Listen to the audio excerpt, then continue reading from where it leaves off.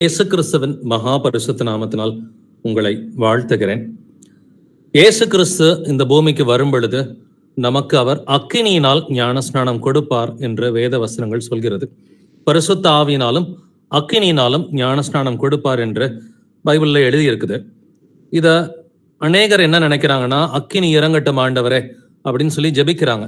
ஜெபிக்கிறப்ப குறிப்பா போதகர்கள் கட்டிட சபையில பாத்தீங்கன்னா அக்கினி இறங்கட்டும்னு சொல்லி சொல்லுவாங்க. இந்த அக்கினி ஞானஸ்நானம் என்றால் என்ன என்பதை குறித்து நம்ம இன்றைக்கு ஆராய்ந்து பார்க்கலாம். வாசிப்போம். மத்தேயு 3:11. மனம் திரும்புதலுக்கென்று நான் ஜலத்தினால் உங்களுக்கு ஞானஸ்நானம் கொடுக்கிறேன். எனக்கு பின் வருகிறவரோ என்னிலும் வல்லவராய் இருக்கிறார். அவருடைய பாதரட்சைகளை சுமக்கிறதற்கு நான் பாத்திரன் அல்ல. அவர் பரிசுத்த ஆவியினாலும் அக்கினியினாலும் உங்களுக்கு ஞானஸ்நானம் கொடுப்பார். ஆமென். ஆமென். யோவான் ஸ்நானன் ஜலத்தினால ஞானஸ்நானம் கொடுத்துக்கிட்டு இருந்தான் மனம் திரும்புதலுக்கு என்று. பட் இயேசு கிறிஸ்து வரும் பொழுது அவர் பரிசுத்த ஆவியினாலும் அக்கினியினாலும் உங்களுக்கு ஞானஸ்நானம் கொடுப்பார் என்று எழுதியிருக்கிறது. அப்ப பரிசுத்த ஆவியினால ஞானஸ்நானம் கொடுக்கறத நம்ம புரிஞ்சுக்கிறோம். நமக்கு பரிசுத்த ஆவியின் கனிகள், பரிசுத்த ஆவியின் வரங்களை அவர் கொடுக்கிறாரு. பட் இந்த அக்கினி ஞானஸ்நானம் என்றால் என்ன என்பதை குறித்து நம்ம நல்லாவே தெரிஞ்சு வச்சுக்கணும். காரணம் என்னன்னா, இதை கம்ப்ளீட்டாவே தவறாதான் கட்டிட சபையில போதிக்கிறாங்க. அக்கினி இறங்கட்டும் அப்படின்ற மாதிரி இதை தவறா அவங்க போதிச்சுட்டு இருக்கிறாங்க. இந்த அக்கினி ஞானஸ்நானம் என்பதை நம்ம ஆராய்ந்து பார்க்கலாம். லூக்கா 3:16 வாசிப்போம். லூக் 3:16. யோவான் எல்லாருக்கும் பிரதியுத்தரமாக, நான் ஜலத்தினால் உங்களுக்கு ஞானஸ்நானம் கொடுக்கிறேன். என்னிலும் வல்லவர் ஒருவர் வருகிறார். அவருடைய பாதரட்சைகளின் வாரை அவிழ்க்கிறதற்கும் நான் பாத்திரன் அல்ல. அவர் பரிசுத்த ஆவியினாலும் அக்கினியினாலும் உங்களுக்கு ஞானஸ்நானம் கொடுப்பார். ஆமென். இயேசு கிறிஸ்து நமக்கு பரிசுத்த ஆவியினாலும் அக்கினியினாலும் ஞானஸ்நானம் கொடுப்பார். இதே வார்த்தைகளை தான் மத்தேயு 3:11 லூக்கா 3:16 நம்ம வாசிக்கிறோம். அப்ப அக்கினியினால் ஞானஸ்நானம் கொடுப்பது என்றால் என்ன என்பதை நம்ம புரிஞ்சுக்கிறதுக்கு முன்னாடி, பழைய ஏற்பாட்டுல பலிகள் செலுத்தும் பொழுது எப்படி பலிகள் செலுத்தினாங்க, இந்த கர்த்தர் புதிய ஏற்பாட்டுல எப்படி கம்பேர் பண்ணி பேசி இருக்கிறாரு, அக்கினியோட கம்பேர் பண்ணி பேசி இருக்கிறாருன்றதை நம்ம வாசிக்கலாம். மார்க் 9:49 வாசிப்போம். எந்த பலியும் உப்பினால் உப்பிடப்படுவது போல எந்த மனுஷனும் அக்கினியினால் உப்பிடப்படுவான். ஆமென். பழைய ஏற்பாட்டுல பலிகள் செலுத்தப்படும். ஒவ்வொரு பலியும் செலுத்தப்படும் பொழுது கர்த்தருக்கு செலுத்தப்படுகிற ஒரு சில பலிகளில் பாத்தீங்கன்னாக்க, எந்த பலியும் உப்பினால் உப்பிடப்படுவது போல எந்த மனுஷனும் அக்கினியினால் உப்பிடப்படுவான். அப்ப உப்பினால உப்பிட முடியும் இல்லைங்களா? உப்பை வச்சுதான் உப்பிட முடியும்னு சொல்லி வேதம் சொல்லுது. ஆனா அக்கினியினால உப்பிட முடியுமா அப்படின்னா, கர்த்தர் இங்க என்ன சொல்ல வராருன்றதை நம்ம தெரிஞ்சுக்கணும். இப்ப உப்பினால எதுக்காக பலியை ஒப்பிடுவாங்க அப்படின்னு பாத்தீங்கன்னா, ஒண்ணு உப்பு இல்லைன்னு சொன்னாக்க அதுல முதலாவது சுவை இருக்காது. ரெண்டாவது பதப்படுத்துவதற்காக அதை நீண்ட நாள் நீடித்து வருவதற்காக உப்பிடுவோம். வழக்கமாவே சாப்பாட்டு பொருட்களை உப்பிடுறதுல இந்த மாதிரி பயன்கள் இருக்குது. ஆனா கர்த்தர் சொல்றாரு, எந்த மனுஷனும் அக்கினியினால் உப்பிடப்படுவான்னு சொல்லி சொல்றாரு. எப்படி உப்பு அது பதப்படுத்துதோ, அதை நீண்ட நாள் ஒரு பொருளை பாதுகாக்குதோ, சுவையை கூட்டுதோ, அதே போல ஒரு மனுஷனை அக்கினி உப்பிடும்னு சொல்லி கர்த்தர் சொல்றாரு. இது நல்லா தெரிஞ்சுக்கிறதுக்கு ஒரு சில வசனங்களை தொடர்ந்து நம்ம வாசித்து பார்ப்போம். ரோமர் 12:1 வாசிப்போம். அப்படி இருக்க சகோதரரே, நீங்கள் உங்கள் சரீரங்களை பரிசுத்தமும் தேவனுக்கு பிரியமுமான ஜீவ பலியாக ஒப்பு கொடுக்க வேண்டும் என்று தேவனுடைய இரக்கங்களை முன்னிட்டு உங்களை வேண்டிக் கொள்ளுகிறேன். இதுவே நீங்கள் செய்யத்தக்க புத்தியுள்ள ஆராதனை. ஆமென். உங்கள் சரீரங்களை பரிசுத்தமும் தேவனுக்கு பிரியமுமான ஜீவ பலியா ஒப்பு கொடுக்கணும் அப்படின்னாக்க, பழைய ஏற்பாட்டுல அவங்க பிசிக்கலா பலிகள், ஆடு மாடு காளைகள் இவைகளை பலியிடுவாங்க. பட் புதிய ஏற்பாட்டுல நாம் பலியாக ஒப்பு கொடுக்கணும். உங்களுடைய சரீரங்களை பரிசுத்தமான ஆவிக்குரிய ஜீவ பலியா ஒப்பு கொடுக்கணும். இதுவே நீங்கள் செய்யத்தக்க புத்தி உள்ள ஆராதனை என்று எழுதி இருக்கிறது. இன்னைக்கு அநேகர் ஆராதனைன்னா என்ன நினைக்கிறாங்க? வெறும் பாட்டு பாடுறதா ஆராதனை நினைக்கிறாங்க. வெளியில சபைகள்லாம் பார்த்தா 10 பாட்டு பாடுவாங்க, 20 பாட்டு பாடுவாங்க, ஆராதனை அப்படின்னு சொல்லி நினைக்கிறாங்க. பட் வீட்டு கூடைகளை பார்க்கும் பொழுது பாத்தீங்கன்னா, நீங்க என்னது ஒரு பாட்டு 2 பாட்டு தான் பாடுறீங்க, இங்க ஆராதனை நடக்கிற மாதிரி தெரியலே. முதலாவது ஆராதனைன்னு சொன்னாக்க பாடல் பாடுவது கிடையாதுன்றத நம்ம தெரிஞ்சுக்கணும். புத்தியுள்ள ஆராதனைன்னு சொல்லி ஒன்று இருக்குது. புத்தி உள்ள ஆராதனை என்பது வந்துட்டு இது நம்முடைய சரீரத்தை ஜீவ பலியா, தேவனுக்கு பிரியமும் அவருக்கு பரிசுத்தமான ஜீவ பலியா நம்ம ஒப்பு கொடுக்கணும். இதுதான் வந்துட்டு புத்தி உள்ள ஆராதனை. அப்ப சரீரங்களை ஒப்பு கொடுக்கணும்னு சொன்னா, இந்த மனுஷனுடைய சரீரம் அக்கினியினால் ஒப்பிடப்பட வேண்டும். நான் அக்கினியினால ஒப்பிடப்படலைன்னு சொன்னாக்க கர்த்தருக்கு அது உகந்த பலியாக இருக்கவே இருக்காது. இப்ப நாம எல்லோருமே கர்த்தருக்கு உகந்த பலியா நம்முடைய ஆவி ஆத்மா சரீரத்தை ஒப்பு கொடுக்கணும்னு சொன்னா, கர்த்தர் முதலாவது அக்கினியினால் நம்மை ஒப்பிடுவார். அப்ப அக்கினியினால் ஒப்பிடப்படுறது அப்படின்னு சொன்னாக்க இது விசுவாச சோதனையை குறிக்கிறது அப்படிங்கிறத நம்ம தெரிஞ்சுக்கணும். வாசிப்போம் 1 பேதுரு 1:7. 1 பேதுரு 1:7. அழிந்து போகிற பொன் அக்கினியினாலே சோதிக்கப்படும், அதை பார்க்கிலும் அதிக விலையேற பெற்றதா இருக்கிற உங்கள் விசுவாசம் சோதிக்கப்பட்டு இயேசு கிறிஸ்து வெளிப்படும் போது உங்களுக்கு புகழ்ச்சியும் கனமும் மகிமையும் உண்டாக காணப்படும். ஆமென். ஆமென். அழிந்து போகிற பொன் அக்கினியினால் சோதிக்கப்படும். இந்த சோதிக்கப்படும்ன்ற வார்த்தையை வந்துட்டு கவனிச்சுக்கங்க. பொண்ணை வந்துட்டு அக்கினியினால வந்துட்டு கர்த்தர் சோதிக்கிறாரு, சோதிக்கணும்னு சொல்லி இருக்கிறாரு. அதை பார்க்கிலும் அதிக விலையேற பெற்றதா இருக்கிற உங்கள் விசுவாசம் சோதிக்கப்பட்டு, நல்லா கவனிச்சுங்க, விசுவாசம் சோதிக்கப்படணும்.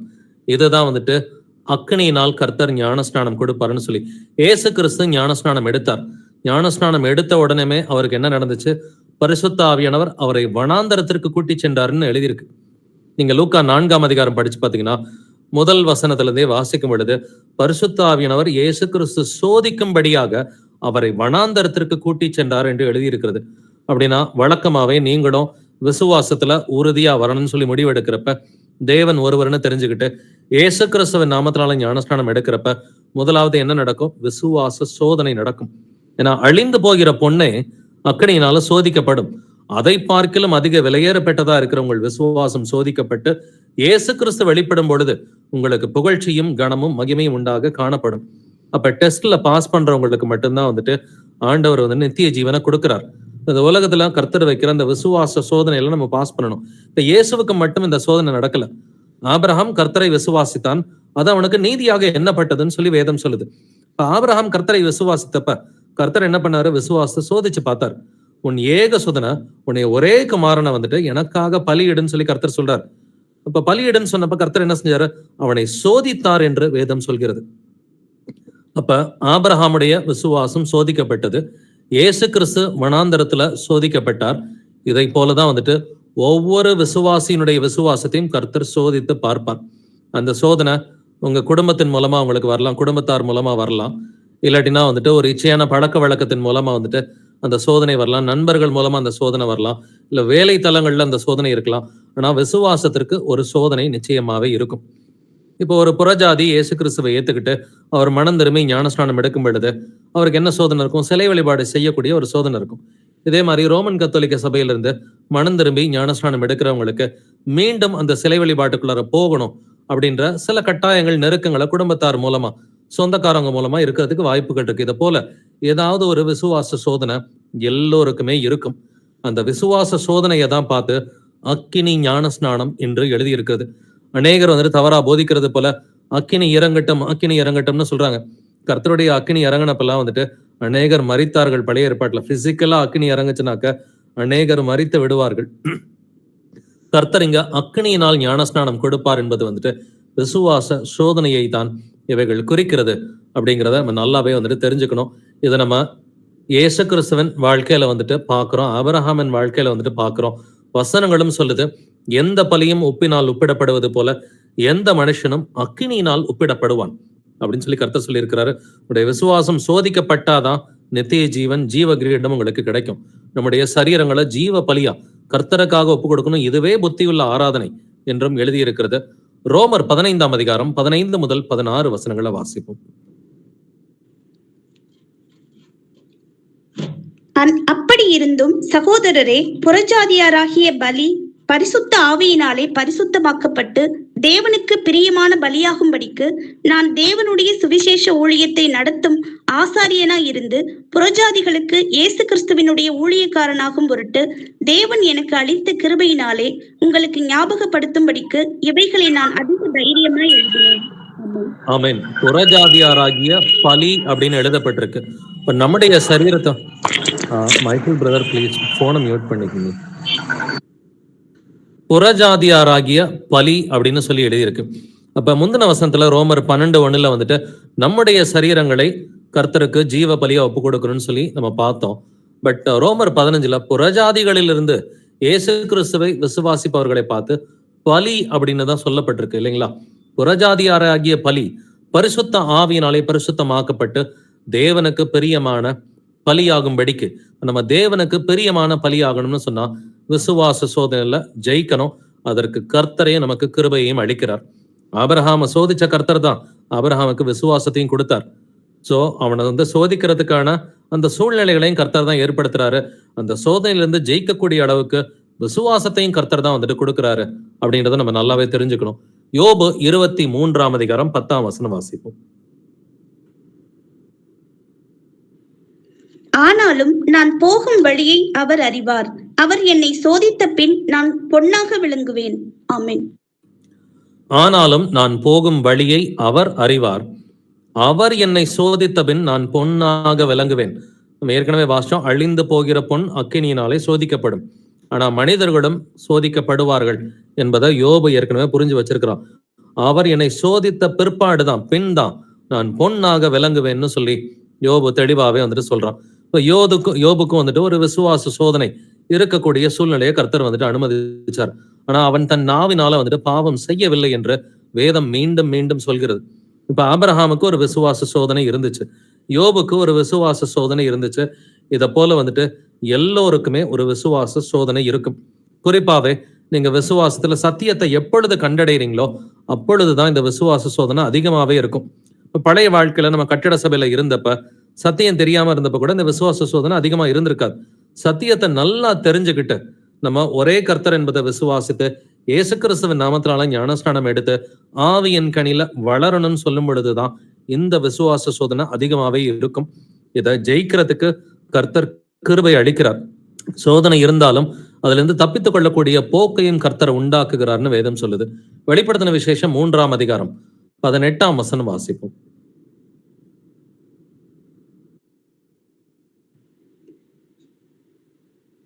நீ ஐஸ்வர்யவானாகும்படிக்கு நெருப்பிலே புடமிடப்பட்ட பொன்னையும் உன் நிர்வாணமாகிய அவலட்சணம் தோன்றாதபடிக்கு நீ உடுத்திக் கொள்வதற்கு வெண் வஸ்திரங்களையும் என்னிடத்திலே வாங்கிக் கொள்ளவும் நீ பார்வையடையும்படிக்கு உன் கண்களுக்கு கலிக்கம் போடவும் வேண்டும் என்று உனக்கு ஆலோசனை சொல்லுகிறேன். ஆமென். கர்த்தர் இந்த லவோதிகேயா சபைக்கு ஒரு ஆலோசனை கொடுக்கிறார். என்ன ஆலோசனை? நீ ஐஸ்வர்யவான ஆகும்படிக்கு நெருப்பிலே புடமிடப்பட்ட பொன்னை என்கிட்ட வாங்கிக்கன்னு சொல்றார். அப்ப புடமிடப்பட்ட பொண்ணுனா என்னது? ஏற்கனவே 1 பேதுரு 1:7 வாசித்தோம். அழிந்து போகிற பொன் அக்கினியினாலே சோதிக்கப்படும், அதை பார்க்கிலும் அதிக விலையேற பெற்றதாயிருக்கிற உங்கள் விசுவாசம் சோதிக்கப்படணும். அப்ப சோதிக்கப்பட்டு விளங்குகிற இந்த விசுவாசம் தான் புடமிடப்பட்ட பொன் என்பதன் அர்த்தம். இதை வெளிப்படுத்தின விசேஷம் நமக்கு தெரியும். இது கர்த்தர் ஓமைகளை போலதான் நிறைய வார்த்தைகளை எழுதி வச்சிருக்கிறார். புடமிடப்பட்ட பொண்ணுன்னு சொன்னாக்க சோதிக்கப்பட்ட விசுவாசம். சோ அநேகர் இயேசு கிறிஸ்துவ அறிந்து கொண்டு வராங்க. ஆனா ஒரு சிலர் தான் நிலைத்து நிற்கிறார்கள் இல்லைங்களா? ஏன்னா இந்த விதை விதைக்கிற நோமையில நீங்க வாசிக்கும் பொழுது விதை என்பது தேவனுடைய வசனம். இது நிறைய விதமான நிலங்கள் மீது தூவப்படுகிறது. இது பாறையின் மேல தூவப்படுகிறது. அது நிலைத்து நிற்காது. அடுத்து முள்ளுள்ள இடங்கள்லயும் விதை விழுகுது. அது கொஞ்ச காலம் முளைக்குது. அந்த முள்ளுகள் நிற்கிறதுனால அந்த விதை பலனற்று போகிறது. அப்படின்னா அந்த முள்ளுகள்னா என்னது? உலக கவலைகள், ஐஸ்வர்யத்தின் மயக்கங்கள். அப்ப இவங்களுக்கு ஒரு சோதனை வரும் பொழுது இவங்க எல்லாம் பின்வாங்கி போயிடுறாங்க. விசுவாச சோதனையிலே ஜெயிக்கிற பிள்ளைகளா நம்ம இருக்கணும்னு கர்த்தர் சொல்றாரு. இவர்கள் மட்டும்தான் 30, 60, 100 பலன் கொடுக்கிறவர்கள். அப்ப புடமிடப்பட்ட பொன் அப்படின்னு சொன்னாக்க சோதிக்கப்பட்ட விசுவாசம் என்று எழுதி இருக்கிறது. ஆனா சோதிக்கப்படுகிற எவனம், இந்த சோதனையில 2 விதமான சோதனை இருக்குது அப்படின்றத நம்ம தெரிஞ்சுக்கணும். சோதிக்கப்படுகிற எவனம் நான் தேவனால் சோதிக்கப்படுகிறேன்னு சொல்லாதிருப்பானாக. இப்ப கர்த்தர் விசுவாச சோதிக்கிறது வேற, சுய இச்சையினால ஒரு பிரச்சனையில விழுகிறது வேற. சுய இச்சையினால ஒரு பிரச்சனையில போய் மாட்டிக்கிட்டாருன்னு சொன்னாக்க அது அவருடைய தனிப்பட்ட ப்ராப்ளம். கர்த்தருக்கும் இதுக்கும் சம்பந்தமே கிடையாது. இப்ப ஒரு எக்ஸாம்பிளுக்கு எடுத்தீங்கன்னா, ஒரு சிலர் ஒரு பண பிரச்சனை இருக்கும் பொழுது போய் வட்டிக்கு பணம் வாங்கி மாட்டிக்கிறாங்க. பின்னாடி அசலையும் கட்ட முடியாம வட்டியும் கட்ட முடியாம ஒரு பெரிய கடன் சுமையில மாட்டிக்கிறாங்க. கர்த்தர் இப்படி வட்டிக்கு பணம் வாங்க சொன்னாரா? வட்டிக்கு வாங்காதேன்னு சொல்லி இருக்கிறார். இப்ப வட்டிக்கு பணம் வாங்க கூடாதுன்னு எழுதி இருக்குது. அதையும் மீறி பணத்தை வட்டிக்கு வாங்கிட்டு நான் வாழ்க்கையில ரொம்ப கஷ்டப்படுறேன்னு சொன்னாக்க கர்த்தருக்கும் இதுக்கும் சம்பந்தமே இல்லை அப்படின்றத நம்ம தெரிஞ்சுக்கணும். சோ அவங்கவுங்க சுய இச்சையினால் இழுப்புண்டு சிக்குண்டு சோதிக்கப்படுகிறது இது வேற, கர்த்தர் விசுவாசத்தை சோதிக்கிறது வேற காரியம்ன்றதை நம்ம தெரிஞ்சுக்கணும். விசுவாச சோதனை வந்துட்டு கர்த்தரை அந்த சூழ்நிலைகளை ஏற்படுத்துகிறார். எப்படி ஆபிரகாமுக்கு கர்த்தர் ஒரு விசுவாச சோதனைக்குரிய சூழ்நிலையை ஏற்படுத்தினாரோ, யோபுவுக்கு எப்படி ஒரு சூழ்நிலை ஏற்படுத்தினாரோ, வழக்கமா அதுல இருந்து ஜெயிக்கக்கூடிய கிருபையும் கர்த்தர் கொடுக்கிறார். பட் 99% நம்ம சோதனைன்னு சொல்றது ஆக்சுவலா சோதனையா இருக்காது, நம்ம சுய இச்சையினால உண்டாகிற பிரச்சனையா இருக்கும். யாக்கோபு 1:13 வாசிப்போம். சோதிக்கப்படுகிற எவனும் நான் தேவனால் சோதிக்கப்படுகிறேன் என்று சொல்லாதிருப்பானாக. தேவன் பொல்லாங்கினால் சோதிக்கப்படுகிறவர் அல்ல, ஒருவனையும் அவர் சோதிக்கிறவரும் அல்ல.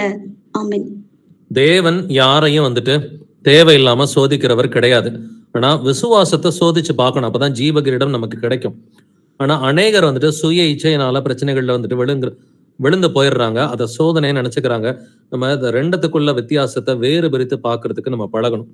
அதனாலதான் கர்த்தர் வந்துட்டு ஆவிகளை பகுத்தறியணும்னு சொல்லியிருக்கிறார். எது என்ன விதமான பிரச்சனை அப்படின்றத நம்ம தெரிஞ்சுக்கணும். கர்த்தர் விசுவாசத்தை சோதிக்கிறாரா இல்ல சுய இச்சையில நான் போய் விழுந்துட்டேனா அப்படின்றத நம்ம தெரிஞ்சுக்கணும். இப்ப பண ஆசை எல்லா தீமைக்கும் வேறா இருக்கிறதுன்னு இந்த வசனம் நமக்கு தெரியும்.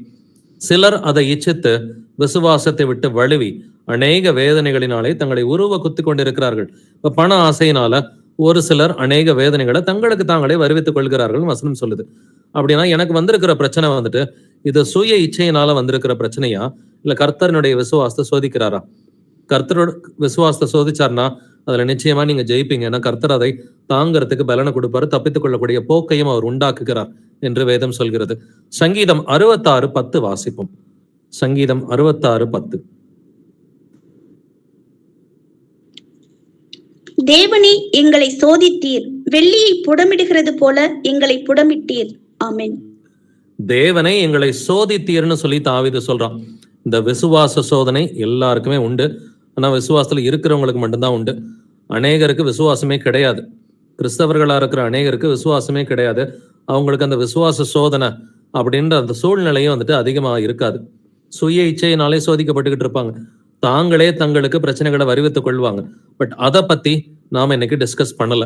பட் அதை வேறு பிரித்து பார்க்கறதுக்கு நம்ம வந்துட்டு பழகணும். எது சுய இச்சையினால வந்த பிரச்சனை, எது விசுவாச சோதனை அப்படின்றத நம்ம தெரிஞ்சுக்கணும்.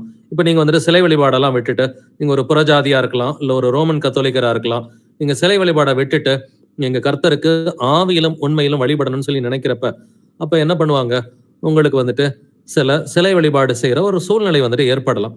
அந்த சூழ்நிலையில நீங்களும் வாங்க, இது சும்மா ஒரு 5 நிமிஷம் தான், 10 நிமிஷம் தான், இங்க ஒரு பூஜை நடக்குது, இங்க இருங்க, இல்ல இந்த டெம்பிளுக்குள்ளார வாங்க, இந்த சர்ச்சுக்குள்ளார வாங்க அப்படின்னு சொல்லி விசுவாச சோதனை வரும் பொழுது முடியாதுன்னு சொல்ற பிள்ளைகளா இருக்கணும். கர்த்தர் அந்த சூழ்நிலைகளை ஏற்படுத்துவார். நீங்க என்ன பண்றீங்க, விசுவாசமா இருக்கிறீங்களா, சிலைகள் முன்னாடி போய் நிக்கிறீங்களா, இல்ல விட்டுட்டீங்களா அப்படின்றத கர்த்தர் சோதிச்சு பார்ப்பார். இல்ல கிறிஸ்துமஸ் அன்னைக்கு ஹாப்பி கிறிஸ்துமஸ் சொல்லுவாங்க, சொல்லும் பொழுது நம்மளும் பதிலுக்கு ஹாப்பி கிறிஸ்துமஸ் சொல்றோமா இல்லையான்றத கர்த்தர் சோதித்து பார்ப்பார்.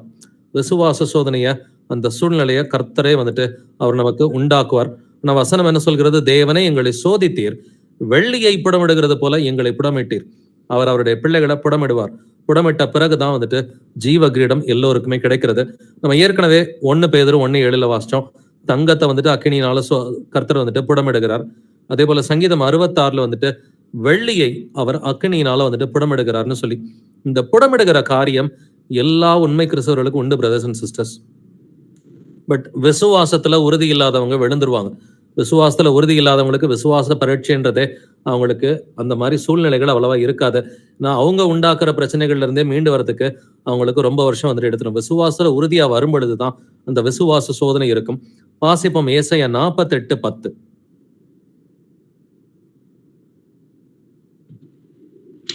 இதோ உன்னை புடமிட்டேன், ஆனாலும் வெள்ளியை போலல்ல, உபத்திரவத்தின் குகையிலே உன்னை தெரிந்து கொண்டேன். ஆமென். இதோ உன்னை புடமிட்டேன்னு கர்த்தர் சொல்றார் இல்லைங்களா? அவர் புடமிட்டு தான் தன்னுடைய பிள்ளைகளை வந்துட்டு அவர் சேர்த்துக் கொள்கிறார். விசுவாசத்தை சோதித்த பிறகுதான் வந்துட்டு அவன் தேவனுடைய சிநேகிதன்னு சொல்லி ஆபிரகாமுக்கு வந்துட்டு பெயர் ஏற்பட்டது இல்லைங்களா? விசுவாசத்தின் தந்தைன்னு சொல்றோம், இல்ல கர்த்தருக்கு சிநேகிதனா இருந்தான்னு சொல்லி வேதம் வந்துட்டு சொல்கிறது. அப்ப இதெல்லாம் வந்துட்டு கர்த்தருக்கு தெரியாதா? நம்ம ஆபிரகாம வந்துட்டு சோதிக்கும் பொழுது அவன் அந்த விசுவாச பரீட்சையில வந்துட்டு அவன் ஜெயிப்பான்னு கர்த்தருக்கு தெரியாதா? அப்புறம் ஏன் சோதிச்சாரு? கர்த்தருக்கு எல்லாமே முன்னமே அறிந்திருக்கிறார். அவருடைய முன் அறிவன் சொல்லி நம்ம ஒண்ணு வாசிக்கிறோம். ஃபோர் நாலேஜ் இதை குறித்து வந்துட்டு செப்பரேட்டாவே வந்துட்டு ஒரு 2-3 மாசத்துக்கு முன்னாடி நம்ம ஒரு பைபிள் ஸ்டடி பண்ணோம். கர்த்தர் எல்லாவற்றையும் முன்னமே அறிந்திருக்கிறார். 1000 வருஷம் கழிச்சு என்ன நடக்கும், 5000 வருஷம் கழிச்சு என்ன நடக்கும், அடுத்த வருஷம் என்ன நடக்கும். இப்ப இந்த மகனை நான் சோதிக்கும் பொழுது, இந்த மகளை சோதிக்கும் பொழுது அவங்க ஜெயிப்பாங்களா இல்லையா, கர்த்தருக்கு இது முன்னமே தெரியும். அப்ப ஈசாக்கு நீ பலியிடுன்னு சொன்னப்ப அவன் பலியிடுறதுக்கு அவன் ரெடியா இருப்பான்னு கர்த்தருக்கு தெரியாதா? நன்றாகவே தெரியும். பட் விசுவாசம் சோதிக்கப்பட்டு அது ஒரு சாட்சியாக விளங்க வேண்டும். ஏன்னா ஆபிரகாமுடைய இந்த காரியங்களை பார்க்கறதுனாலதான் நானும் ஆபிரகாமை போல இருக்கணும் அப்படின்ற எண்ணங்கள் நமக்கு ஏற்படுகிறது. ஒரு திருஷ்டாந்தமா இருக்கணும். ஆண்டவர் வந்துட்டு பிசாசு முன்னாடியும் ப்ரூவ் பண்ணணும். ஆபிரகாம் நல்லவென்றதை வந்துட்டு பிசாசு முன்னாடி ஆண்டவர் ப்ரூவ் பண்றாரு, தூதர்கள் முன்னாடி ப்ரூவ் பண்றாரு, மனிதர்கள் முன்னாடி ஆண்டவர் வந்துட்டு ப்ரூவ் பண்றாரு. நான் இவங்களுக்கு நித்திய ஜீவனை கொடுக்கறது சும்மா எல்லாம் கொடுக்கலப்பா, விசுவாசத்தை சோதிச்சு பார்த்து அந்த டெஸ்ட்ல அவங்க பாஸ் பண்ண பிறகுதான் வந்துட்டு அவங்களுக்கான நித்திய ஜீவனை ஜீவகிரீடத்தை கொடுக்குறேன்னு சொல்லி கர்த்தர் எல்லாவற்றையும் வந்துட்டு அவருடைய ரூல்ஸ் படி, நீதியின் படிதான் எல்லா காரியங்களையும் அவர் செய்கிறார். இதுலயுமே கர்த்தர் நீதி உள்ள நியாயாதிபதி என்பது நல்லாவே விளங்குகிறது. தொடர்ந்து வாசிப்போம். நீதிமொழிகள் 17ஆம் அதிகாரம் 3ஆம் வசனம்.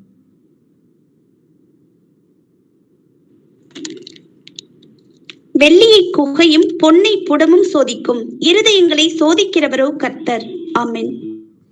வெள்ளியை குகை சோதிக்கும், பொன்னை வந்துட்டு புடமிடுவோம், இருதயங்களை சோதிக்கிறவரோ கர்த்தர். கர்த்தர் இருதயத்தின் நினைவுகளை அவர் சோதித்து அறிகிற தேவனாய் இருக்கிறார். அப்ப நம்ம கர்த்தருக்கு உண்மையாதான் இருக்கிறோமா, இல்ல ஒரு பிரச்சனைக்காக கர்த்தர்ட்ட வரமா அப்படின்றத அவர் செக் பண்ணி பார்ப்பாரு. ஒரு வியாதியிலிருந்து விடுதலைக்காக கர்த்தர்ட்ட வரமா, இல்ல ஒரு கடன்ல இருந்து விடுதலைக்காக வரமா, இல்ல வாழ்க்கையில நிம்மதியா இருக்கணும்னு சொல்லி கர்த்தர்ட்ட வரமா, இல்ல பணம் சம்பாதிக்கணும் அப்படின்னு கர்த்தர்ட்ட நம்ம வரமா, இல்ல நித்திய ஜீவனுக்காக கர்த்தர்ட்ட வரமா, என்னுடைய பாவங்கள் கழுவப்படணும், நான் நல்லவருடைய மகனா மகளா வந்துட்டு இருக்கணும், நான் வந்துட்டு சர்வ வல்லவருடைய மகனா மகளா இருக்கணும்னு சொல்லி நித்திய ஜீவனுக்காக கர்த்தரை வந்துட்டு தேடுறோமா, இல்ல வந்துட்டு இந்த பூமியின் தேவைகளுக்காக கர்த்தரை தேடுறோமா அப்படின்றத நிச்சயமாக அவர் சோதித்து அறிகிற தேவனாய் இருக்கிறார். இருதயங்களை சோதிக்கிறவரோ கர்த்தர். இதனாலதான் வெளிப்படுத்தின விஷயத்துல இயேசு கிறிஸ்து சொல்றாரு, உள்ளந்திரியங்களை ஆராய்கிறவர் நான் தான் சொல்றார். அதனால நிச்சயமா அவர் சோதித்து பார்ப்பார். இதைத்தான் அக்கினியினால் ஞான ஸ்நானம் என்று வேதம் சொல்கிறது. இதை கம்ப்ளீட்டா இன்னைக்கு கட்டிட சபைகள் வந்துட்டு தவறா புரிஞ்சுக்கிட்டாங்க. அக்கினி இறங்கட்டும், அக்கினி இறங்கட்டும்ட்டாங்க. அவர் அக்கினி இறக்குனா தெரியும். அக்கினி இறங்கின பொழுதெல்லாம் பழைய ஏற்பாட்டுல அநேகர் மரித்தார்கள் என்பதை வந்துட்டு பாக்குறோம். பட் இந்த அக்கினி ஞானஸ்நானம் என்பது விசுவாச சோதனையை குறிக்கிறது. நீங்க எப்பொழுது உண்மையா கர்த்தராகி இயேசு கிறிஸ்துவின் நாமத்தினால ஞானஸ்நானம் எடுக்கிறீங்களோ அதன் பிறகு ஒரு சோதனைக்குரிய காரியங்களை கர்த்தர் அனுமதிப்பார். எதுக்கு? நான் உங்களுக்கு ஜீவ கிரீடத்தை அவர் கொடுக்கணும். கொடுத்து நீங்க சீஷர்களா மாறணும். சீஷர்களா அந்த டெஸ்ட்ல எல்லாம் வந்துட்டு பாஸ் பண்ணதுக்கு அப்புறம் உங்களுக்கு நிறைய வந்துட்டு கிருபை வரங்களை கர்த்தர் கொடுப்பார். உங்களுக்கு அநேக வரங்களை அவர் கொடுக்கணும். இப்ப ஆவியின் 9 வரங்களை வாசிக்கிற இந்த வரங்களை உங்களுக்கு கொடுக்கணும்னாக்க விசுவாச சோதனையில வந்துட்டு அந்த பரீட்சையில நம்ம ஜெயிக்கிறதுக்கு கர்த்தரே கிருபை அளிக்கிறவராயிருக்கிறார். எரேமியா 9ஆம் அதிகாரம் 7ஆம் வசனம் வாசிப்போம். ஆகையால் இதோ நான் அவர்களை உருக்கி அவர்களை புடமிடுவேன் என்று சேனைகளின் கர்த்தர் சொல்லுகிறார். என் ஜனமாகிய குமாரத்தியை வேறெந்த பிரகாரமாக நடத்துவேன். ஆமென். நான் அவர்களை உருக்கி அவர்களை புடமிடுவேன்னு கர்த்தர் சொல்றாரு. என்ன பண்றாரு? உருக்குறேன்றார். இப்ப உருக்குனா அந்த தன்மையே மாறி போகும் இல்லைங்களா? இப்ப உருக்குனா அந்த ஷேப்பே வந்துட்டு மாறி போயிடும். அப்படின்னா அதை போலதான் கர்த்தர் நம்மளுடைய பழைய மனுஷனை வந்துட்டு உருக்கி புது சிருஷ்டியா நம்மை மாற்றுகிறார். எப்படி தங்கத்தை உருக்கி வந்துட்டு வேற ஒரு ஃபார்ம்ல வந்துட்டு கொண்டு வர முடியுமோ அதே போலதான் வந்துட்டு பழைய மனுஷன் களைந்து போகணும் அப்படின்னு சொன்னாக்க கர்த்தர் நம்மை உருக்குவார், நம்மை புடமிடுவார். கர்த்தர் புடமிடும் பொழுது கொஞ்சம் அமைதியா இருக்க பழகணும். தேவையில்லாத சிந்தனைகள் இல்ல இருதயத்துல வர எல்லா சிந்தனையும் நாவனால கொண்டு வரதுக்கு பதிலா கர்த்தர் புடமிடும் பொழுது அமைதியா இருந்து கர்த்தர்ட்டே வந்துட்டு நம்ம அதுல இருந்து ஜெயிக்கக்கூடிய பலனை வந்துட்டு கேட்கணும். என் ஜனமாகிய குமாரத்தியை வேற எந்த பிரகாரமாக நடத்துவேன்னு கேட்கிறார். அவருடைய ஜனத்தை, அவருடைய குமாரர்களை, அவருடைய வந்துட்டு பிள்ளைகளை அவர் என்ன பண்ணுவாரு? நான் அவர்களை உருக்குவேன், அவர்களை புடமிடுவேன், வேற எப்படிப்பா நடத்துறதுன்னு கேட்கிறார். இந்த கேள்வி எவ்வளவு யதார்த்தமா இருக்குன்னு பாருங்க. என் சொந்த பிள்ளைகளை நான் இப்படிதான் நடத்துவேன் கர்த்தர் தெளிவாவே சொல்றார். உபாகமம் 13ஆம் அதிகாரம் முதல் 3 வசனங்களை வாசிப்போம். உங்களுக்குள்ளே ஒரு தீர்க்கதரிசியாகிலும் சொப்பனக்காரனாகிலும் எழும்பி நீங்கள் அறியாத வேறே தேவர்களை பின்பற்றி அவர்களை சேவிப்போம் வாருங்கள் என்று சொல்லி உங்களுக்கு ஒரு அடையாளத்தையும் அற்புதத்தையும் காண்பிப்பேன் என்று குறிப்பாய் சொன்னாலும் அவன் சொன்ன அடையாளமும் அற்புதமும் நடந்தாலும் அந்த தீர்க்கதரிசியாகிலும் அந்த சொப்பனக்காரனாகிலும் சொல்லுகிறவைகளை கேளாதிருப்பீர்களாக. உங்கள் தேவனாகிய கர்த்தரிடத்தில் நீங்கள் உங்கள் முழு இருதயத்தோடும் உங்கள் முழு ஆத்மாவோடும் அன்பு கூறுகிறீர்களோ இல்லையோ என்று அறியும்படிக்கு உங்கள் தேவனாகிய கர்த்தர் உங்களை சோதிக்கிறார். ஆமென். யாருங்க உங்களை சோதிக்கிறா? உங்கள் தேவனாகிய கர்த்தர் உங்களை சோதிக்கிறார் என்று வேதம் சொல்கிறது இல்லைங்களா? நீங்க கூட இப்ப அங்கலாய்ப்பு இருக்கலாம். சத்தியம் தெரிஞ்ச பிறகு எல்லோருக்குமே ஒரு அங்கலாய்ப்பு இருக்கும்.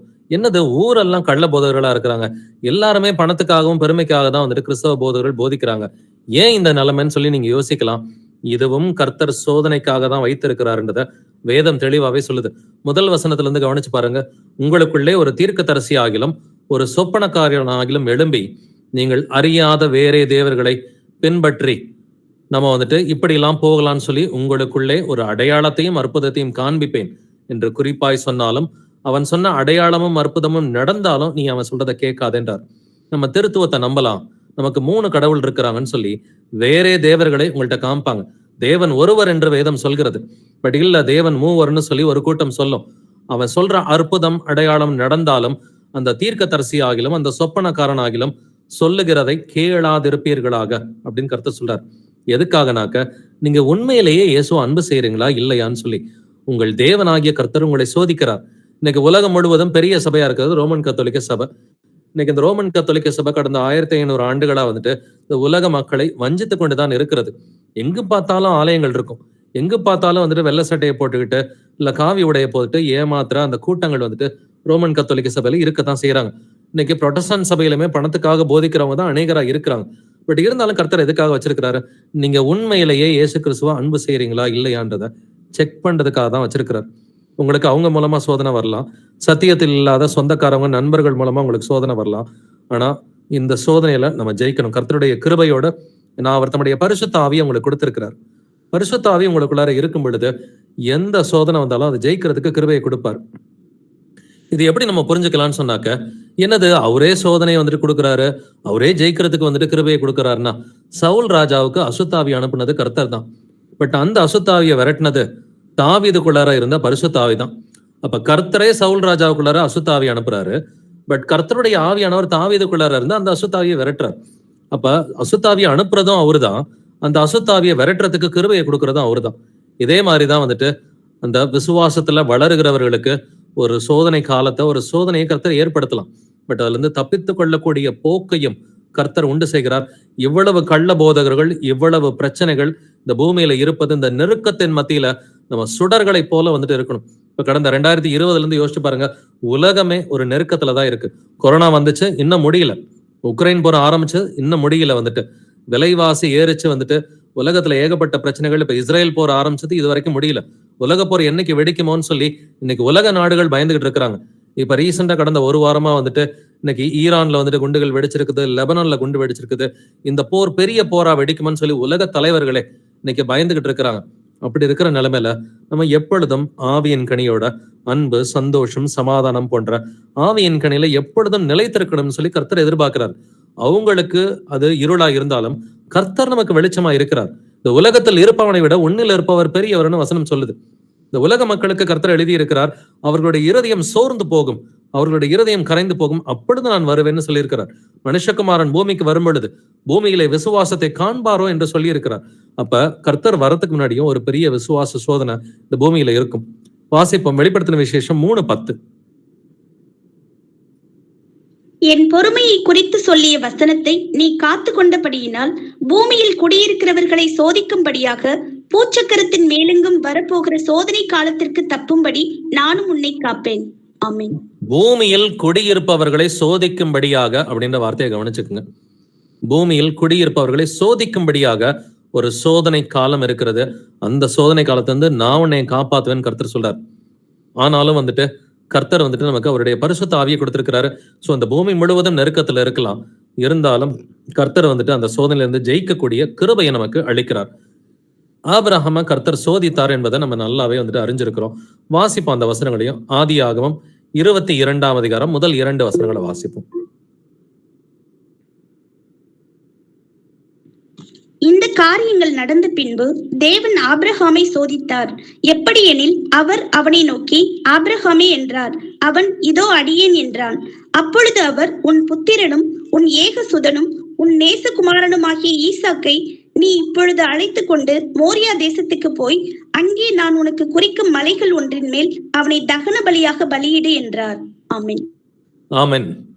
இதுல கர்த்தர் ஆபிரகாமை சோதித்தார் அப்படின்னு சொல்லிதான் வேதம் ஆரம்பிக்குது இல்லைங்களா?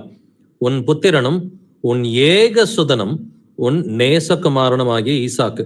அப்ப ஈசாக்கு பிறந்தப்ப ஈசாக்கு அவனுக்கு 2வது குழந்தை இல்லைங்களா? முதல்ல வந்துட்டு ஏற்கனவே இஸ்மாயில் பிறந்துட்டான். பட் ஈசாக்கு இருக்கிறான், 2 பிள்ளைங்க இருக்கிறாங்க. ஆனா கர்த்தர் என்ன சொல்றாரு? உன் ஏக சுதன்னு சொல்லி சொல்றாரு. நான் இவன் தான் வாக்கு தத்தத்தின்படி பிறந்தவன், அவன் மாம்சத்தின்படி பிறந்தவன். அதனால இவனை தான் வந்துட்டு பிள்ளையா கர்த்தர் வந்துட்டு பாக்குறாரு. மாம்சத்தில் பிறந்தவனை வந்துட்டு ஆபிரகாமுடைய சந்ததியாவே கர்த்தர் வந்துட்டு பார்க்கல. உன் ஏக சுதனை வந்துட்டு எனக்காக பலியிடுன்னு வந்துட்டு சொல்றாரு. இப்ப ஆபிரகாம் செஞ்சதை வந்துட்டு புதிய ஏற்பாட்டுல கர்த்தர் வந்துட்டு ஆவியானவர் இது ரொம்ப முக்கியமான காரியமா எழுதி வைத்திருக்கிறார். எபிரேயர் 11ஆம் அதிகாரம் 17 முதல் 19 வரை வாசிப்போம். மேலும் விசுவாசத்தினாலே ஆபிரகாம் தான் சோதிக்கப்பட்ட போது ஈசாக்கை பலியாக ஒப்பு கொடுத்தான். ஈசாக்கின் இடத்தில் உன் சந்ததி விளங்கும் என்று அவனோடே சொல்லப்பட்டிருந்ததே. இப்படிப்பட்ட வாக்குத்தத்தங்களை பெற்றவன் மரித்தோரிலிருந்து எழுப்ப தேவன் வல்லவராய் இருக்கிறார் என்று எண்ணி தனக்கு ஒரே பேரானவனையே பலியாக ஒப்பு கொடுத்தான். மரித்தோரிலிருந்து அவனை பாவனையாக திரும்பவும் பெற்றுக்கொண்டான். ஆமென். விசுவாசத்தினாலே ஆபிரகாம் தான் சோதிக்கப்பட்ட போது அப்படின்னு எழுதியிருக்கு இல்லைங்களா?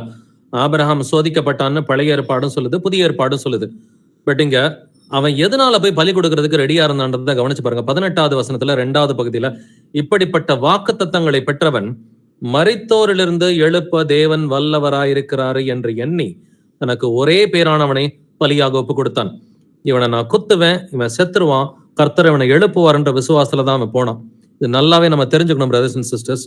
உயிர்த்தெழுதலை பத்தி ஆபிரகாம் அந்த காலத்திலே விசுவாசமா இருந்தான். கிட்டத்தட்ட 4000 ஆண்டுகளுக்கு முன்னாடி நடந்தது இதெல்லாம்.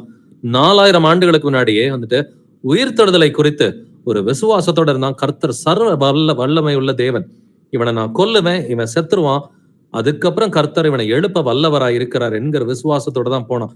கர்த்தர் நடுவுல வந்து நிப்பாட்டுவார்ன்றது அவனுக்கு தெரியாது. அது கர்த்தருடைய கிருபை, அவருடைய அன்பு, அவருடைய கிருபை. ஆனா இவனை நான் வந்துட்டு கொல்ல வேண்ட நினைப்புலதான் போனான். கத்திய ஓங்கின பிறகுதான் தூதன் வந்துட்டு வேண்டாம் அப்படின்னு சொல்லி சொல்றார். அப்ப இப்படிப்பட்ட விசுவாச சோதனை எல்லோருக்குமே தான் இருக்கிறது. கர்த்தர் எப்பொழுதும் தம்முடைய பிள்ளைகளை சோதித்து பார்த்துதான் வந்துட்டு அவர்களுக்கு ஜீவ கிரீடத்தை கொடுக்கிறார் அப்படின்றத நம்ம தெரிஞ்சுக்கணும். யாத்திராகமம் 16:4 வாசிப்போம். அப்பொழுது மோசேயை நோக்கி, நான் உங்களுக்கு வானத்திலிருந்து அப்பம் வருஷிக்க பண்ணுவேன். ஜனங்கள் போய் ஒவ்வொரு நாளுக்கு வேண்டியதை ஒவ்வொரு நாளிலும் சேர்த்து கொள்ள வேண்டும். அதனால் அவர்கள் என் நியாயப்பிரமாணத்தின்படி நடப்பார்களோ நடக்க மாட்டார்களோ என்று அவர்களை சோதிப்பேன். ஆமென். அவர்கள் என் நியாயப்பிரமாணத்தின்படி நடப்பார்களோ நடக்க மாட்டார்களோ என்று அவர்களை சோதிப்பேன். கர்த்தர் அதுக்கு ஒரு சூழ்நிலையை வந்துட்டு ஏற்படுத்துகிறார். உங்களுக்கு வானத்திலிருந்து அப்பம் வருஷிக்க பண்ணுவேன். ஜனங்கள் போய் ஒவ்வொரு நாளுக்கு வேண்டியதை ஒவ்வொரு நாளிலும் சேர்த்து கொள்ள வேண்டும். அதிகமா எடுக்கக்கூடாதுன்னு சொல்லியிருக்கிறார். இப்ப யார் யாரெல்லாம் அதிகமா எடுக்கிறானோ அவன் பொருளாசை உள்ளவன்றதை கர்த்தர் நியாயம் தீர்க்கிறார். ஸோ இப்படிதான் கர்த்தர் சோதிக்கிறதுக்கு சூழ்நிலைகளை வந்துட்டு பழைய ஏற்பாட்டிலே நமக்கு காண்பித்திருக்கிறார். இதெல்லாம் நம்ம திருஷ்டாந்தமா தெரிஞ்சுக்க வேண்டியது பிரதர்ஸ் அண்ட் சிஸ்டர்ஸ்.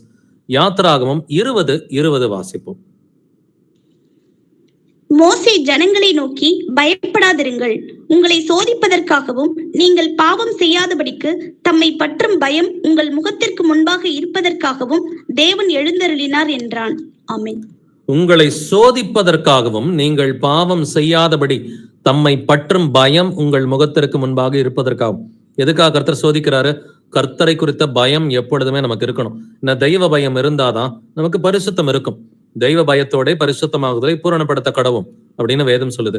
அப்ப அந்த தெய்வ பயம் வந்துட்டு எப்பொழுது வந்துட்டு பூரணப்படும்னு பாத்தீங்கன்னா, சோதனைகள் வரும் பொழுது அது மிகுந்த பொறுமையை உண்டு பண்ணும்னு சொல்லி வசனம் சொல்லுது. அப்ப அந்த சோதனைகள் வர நேரத்துல நீடிய பொறுமையா நம்ம இருக்கிறதுக்கு பழகிறோம். அந்த தெய்வ பயத்தோட நடக்கிறதுக்கு நம்ம அப்பொழுதுதான் கத்துக்கிறோம். சொல்ல போனா இந்த சோதனை கர்த்தர் நமக்கு கொடுக்குற நல்ல ஒரு ட்ரைனிங். இந்த ட்ரைனிங்குள்ளார நம்ம போனா மட்டும்தான் வந்துட்டு, ஏன்னா இதை வந்துட்டு எரேமியாலாம் கேட்கிறேன், ஆண்டவரே என்னை தண்டியும் ஆண்டவரே, மட்டாய் தண்டியும் ஆண்டவரே, என்னுடைய கோபத்தினால என்னை தண்டிக்காம நான் தவறு செய்யும் பொழுது என்னை மட்டாய் தண்டித்து என்னை திருப்புங்கப்பான்னு வந்துட்டு அவன் கேட்கிறான். அந்த அளவுக்கு வந்துட்டு விசுவாசம் உள்ள ஒரு தீர்க்கதரிசியா தான் வந்துட்டு இருக்கிறான். நாமளும் தவறு செய்யும் பொழுது எந்த மகனையும் கர்த்தர் வந்துட்டு அவர் சிட்சிக்கிறாருன்னு வசனம் சொல்லுது. சோ அந்த சிட்சை வந்துட்டு தவறு செய்யும் பொழுது இருக்கும். பட் சோதனை வந்துட்டு விசுவாசத்தை புடமிடுவதற்காக கர்த்தர் சோதனையும் வைத்திருக்கிறார். உபாகமம் 8ஆம் அதிகாரம் 2 முதல் 3 வசனங்களை வாசிப்போம். உன் தேவனாகிய கர்த்தர் உன்னை சிறுமைப்படுத்தும்படிக்கும் தம்முடைய கட்டளைகளை நீ கைக்கொள்வாயோ கைக்கொள்ள மாட்டாயோ என்று அவர் உன்னை சோதித்து உன் இருதயத்தில் உள்ளதை நீ அறியும்படிக்கும் உன்னை இந்த 40 வருஷமளவும் வனாந்திரத்திலே நடத்தி வந்த எல்லா வழியையும் நினைப்பாயாக. அவர் உன்னை சிறுமைப்படுத்தி உன்னை பசியினால் வருத்தி மனுஷன் அப்பத்தினால் மாத்திரமல்ல கர்த்தருடைய வாயிலிருந்து புறப்படுகிற ஒவ்வொரு வார்த்தையினாலும் பிழைப்பான் என்பதை உனக்கு உணர்த்தும்படிக்கு நீயும் உன் பிதாக்களும் அறியாதிருந்த மன்னாவினால் உன்னை போஷித்தார். ஆமென். கர்த்தர் ஏன் வனாந்தரத்தை கூட்டு வந்தாருன்றதை நல்லா தெரிஞ்சுக்குங்க. வனாந்தரத்துல அவங்களுக்கு தண்ணியும் இல்லை, சாப்பாடும் இல்லை. அப்ப தண்ணி சாப்பாடு ரெண்டுமே இல்லாத வனாந்தரத்துக்கு ஏன் கர்த்தர் கூட்டிட்டு வந்தாருன்றத அந்த அப்ஜெக்டிவ்ஸ் வந்துட்டு இந்த வசனங்களை எழுதி இருக்குது. உன் தேவனாகிய கர்த்தர் உன்னை சிறுமைப்படுத்தும்படிக்கும், அப்ஜெக்டிவ பாருங்க, அவர்களை சிறுமைப்படுத்தணும் இல்லைங்களா? உன்னை சிறுமைப்படுத்தும்படிக்கும் தம்முடைய கட்டளைகளை நீ கை கொள்வாயோ கை கொள்ள மாட்டாயோ என்று அவர் உன்னை சோதித்து உன் இருதயத்தில் உள்ளதை நீ அறியும்படிக்கு. நமக்கு தெரியும், அதாவது கர்த்தருக்கு தெரியும் இவங்க கீழ்ப்படிவாங்க இவங்க கீழ்ப்படிய மாட்டாங்கன்றது கர்த்தருக்கு முன்னாடியே தெரியும். பட் நமக்கு தெரியணும் இல்லைங்களா? நாம கீழ்ப்படிவோமா இல்லையான்றது நமக்கு தெரியணும். அதனாலதான் நீ அறியும்படிக்கு, நீ ஒழுங்கா இருக்கிறியா ஒழுங்கா இல்லையா, நீ கீழ்ப்படிவியா மாட்டியான்றது உனக்கு தெரியணும். அதனாலதான் வந்துட்டு உன்னை இந்த 40 வருஷம் அளவும் வனாந்தரத்திலே நடத்தி வந்த எல்லா வழிகளையும் நினைப்பாயாக. அவர் உன்னை சிறுமைப்படுத்தி உன்னை பசையினால் வருத்தி. இந்த வார்த்தைகள் பாருங்களேன், கொஞ்சம் கடினமா தான் எழுதியிருக்கிற மாதிரி தெரியும். கர்த்தர் வந்து நீதிபரரா இருக்கிறார். அவர் சிறுமைப்படுத்துறதுக்காக தண்ணி இல்லாம கொஞ்ச நாள் விட்டார். ஒரு நாள் வந்துட்டு தண்ணி இல்லாம விட்டார். அப்புறம் ஒரு சில நாட்கள் சாப்பாடு இல்லாம இருந்தாங்க.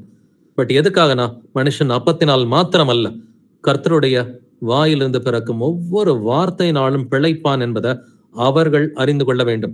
சாப்பாடு இருந்தாதான் நான் உயிரோட இருப்பேன், தண்ணி இருந்தாதான் நான் உயிரோட இருப்பேன்னு சொல்லி பேசிக் நீட்ஸ் நம்ம இன்னைக்கு சொல்லுவோம். தண்ணி எல்லாம் வந்துட்டு ஒரு அடிப்படை தேவைன்னு சொல்றோம், சாப்பாடு ஒரு அடிப்படை தேவைன்னு சொல்றோம். அந்த அடிப்படை தேவையில கர்த்தர் கையை வச்சுதான் சோதிச்சார் இல்லைங்களா? அப்பயும் நீ விசுவாசமா இருக்கணும்னு சொல்லி கர்த்தர் எதிர்பார்த்தார். விசுவாசமா இல்லாதவர்களை கர்த்தர் தண்டித்தார். கர்த்தருக்கு விரோதமா பேசினவங்க எல்லாம் கர்த்தர் தண்டித்தார் அப்படிங்கிறத பாக்குறோம். இந்த விசுவாச சோதனை சாப்பாட்டுல கூட வரலாங்க. சாப்பாடு இல்லாம தண்ணி இல்லாத நிலைமையில கூட விசுவாச சோதனை இருக்கலாம். பழைய ஏற்பாட்டுல வந்துட்டு அப்படிதான் விசுவாச சோதனை இருந்துச்சு. சொல்ல போனா நமக்கெல்லாம் இப்படிப்பட்ட விசுவாச சோதனை கிடையாது. நம்ம உண்மையிலே கர்த்தருக்கு வந்துட்டு இதுக்காக ஸ்தோத்திரம் செலுத்தணும். ஏசு கிறிஸ்து நம்ம எல்லாம் இப்படிலாம் சோதிக்கிறதுல சின்ன சின்ன சோதனைகளை வேணா அளவு பண்ணுவார். அவங்களுக்கு ஏற்பட்ட இந்த பெரிய சோதனைகள்லாம் நமக்கு நடக்கிறது இல்ல. நல்லா கம்ஃபர்டபுளா எல்லாருமே சாப்பிடுறோம், நல்லா துணிமணி போட்டுக்கிறோம், இருக்கிறதுக்கு ஒரு வீடு கொடுத்துருக்கிறாரு.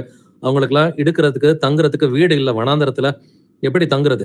வனாந்தரத்துல வீடு கட்ட முடியாது, சாப்பாடு இல்லை, தண்ணி இல்லை. ஆனாலும் கர்த்தர் வந்துட்டு அவங்களுடைய விசுவாசத்தை சோதித்து அறிந்தார் என்கிறது வேதம். உபாகமம் 8ஆம் அதிகாரம் 15 முதல் 18 வசனங்கள். உன்னுடைய பின் நாட்களில் உனக்கு நன்மை செய்யும் பொருட்டு உன்னை சிறுமைப்படுத்தி உன்னை சோதித்து கொள்ளிவாய் சர்ப்பங்களும் தேள்களும் தண்ணீர் இல்லாத வறட்சியும் உள்ள பயங்கரமான பெரிய வனாந்தர வழியா உன்னை அழைத்து வந்தவரும் உனக்காக பாறையான கண்மலையில் இருந்து தண்ணீர் அறியாத மன்னாவினால் வனாந்தரத்திலே தேவனாகிய கர்த்தரை நீ மறவாமலும் என் சாமர்த்தியமும் என் கைபலனும் இந்த ஐஸ்வர்யத்தை எனக்கு சம்பாதித்தது என்று நீ உன் இருதயத்தில் சொல்லிக் கொள்ளாமலும் இருக்க எச்சரிக்கையா இருந்து உன் தேவனாகிய கர்த்தரை நினைப்பாயாக. அவரே உன் பிதாக்களுக்கு ஆணையிட்டு கொடுத்த தம்முடைய உடன்படிக்கையை உறுதிப்படுத்தும்படி இந்நாளில் உனக்கு உண்டாயிருக்கிறது போல ஐஸ்வர்யத்தை சம்பாதிக்கிறதற்கான பலனை உனக்கு கொடுக்கிறவர். ஆமென். ஐஸ்வர்யத்தை அநேகர் சம்பாரிச்சுட்டு என்ன சொல்லுவாங்க? நான் கஷ்டப்பட்டு படிச்சேன், நான் கஷ்டப்பட்டு வளர்ந்தேன், நான் கஷ்டப்பட்டு வேலை பார்த்தேன், இன்னைக்கு நான் சம்பாரிச்சிட்டேன், நல்லா இருக்கிறேன்னு சொல்லுவாங்க. ஆனா கர்த்தர் என்ன சொல்றாரு? ஐஸ்வர்யத்தை சம்பாதிக்கிறதுக்கான பலனை கர்த்தர் தான் உனக்கு கொடுக்கிறாரு. என் கை பலத்தினால இதை நான் சம்பாரிச்சேன் நீ சொல்லாதேன்னு சொல்றார். உன்னுடைய பின் நாட்களில் உனக்கு நன்மை செய்யும் பொருட்டு உன்னை சிறுமைப்படுத்தி உன்னை சோதித்துன்னு சொல்றார். கர்த்தர் எதுக்காக சிறுமைப்படுத்துறாரு, எதுக்காக சோதிக்கிறாரு? நன்மை செய்யும் பொருட்டுன்னு சொல்லி வேதம் சொல்லுது. அதனாலதான் உன்னை சோதித்து கொள்ளிவாய் சர்ப்பங்களும் தேள்களும் தண்ணீர் இல்லாத வறட்சியும் உள்ள பயங்கரமான பெரிய வனாந்தர வழியாய் உன்னை அழைத்து வந்தவரும். எதுக்காகன்னு சொல்லி கர்த்தர் தெளிவாவே சொல்றாரு. தேள்களை விட்டு கடிக்க வச்சிருக்கிறாரு, சர்ப்பங்களை விட்டு கடிக்க வச்சிருக்கிறாரு, தண்ணி இல்லாம இருந்திருக்கிறாங்க, சாப்பாடு இல்லாம இருந்திருக்கிறாங்க. யோசிச்சு பாருங்க, நமக்கெல்லாம் இந்த மாதிரி எதுவுமே கிடையாது.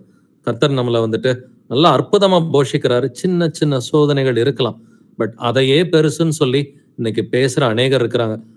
கர்த்தருக்கு கண் இல்லையா, கர்த்தருக்கு வந்துட்டு காது இல்லையா, நான் என் ஜெபத்தை கேட்க மாட்டேங்கிறாரு, என் கஷ்டத்தை பார்க்க மாட்டேங்கிறாருன்னு சொல்லி கர்த்தரையே குற்றப்படுத்துகிற ஒரு பெரிய கூட்டம் வந்துட்டு இருக்குது. கர்த்தர் தம்முடைய வழிகளில் எல்லாம் நீதிபரர்னு எழுதியிருக்கு. அது 1 கோடி பேர் செத்தாலும் 10 கோடி பேர் செத்தாலும் கர்த்தர் நீதிபரர் தான். நம்ம குடும்பத்துல வந்துட்டு ஒரு பிரச்சனை வந்தாலும் சரி, ஒருவருக்கு வியாதி வந்தாலும் சரி, மரணத்திற்குரிய ஒரு வியாதி வந்தாலும் சரி, கர்த்தர் நீதிபரராய் இருக்கிறார் என்பதை நாம் உணர்ந்து கொள்ள வேண்டும். அதனாலதான் வந்துட்டு பரீட்சைக்கு நிற்கிறவர்களாய் நாம் இருக்கணும்னு சொல்லி வேதம் சொல்லுது. எதுக்காக கர்த்தர் இந்த விசுவாச பரீட்சையை கொடுக்கிறாருன்றதை நம்ம வாசிக்கலாம். யாக்கோபு 1 அதிகாரம் 3 முதல் 4 வசனங்களை வாசிப்போம். உங்கள் விசுவாசத்தின் பரீட்சையானது பொறுமையை உண்டாக்கும் என்று அறிந்து அதை மிகுந்த சந்தோஷமாக எண்ணுங்கள். நீங்கள் ஒன்றிலும் குறைவுள்ளவர்களாய் இராமல் பூரணராயும் நிறைவுள்ளவர்களாயும் இருக்கும்படி பொறுமையானது பூரண கிரியை செய்ய கடவது. ஆமென்.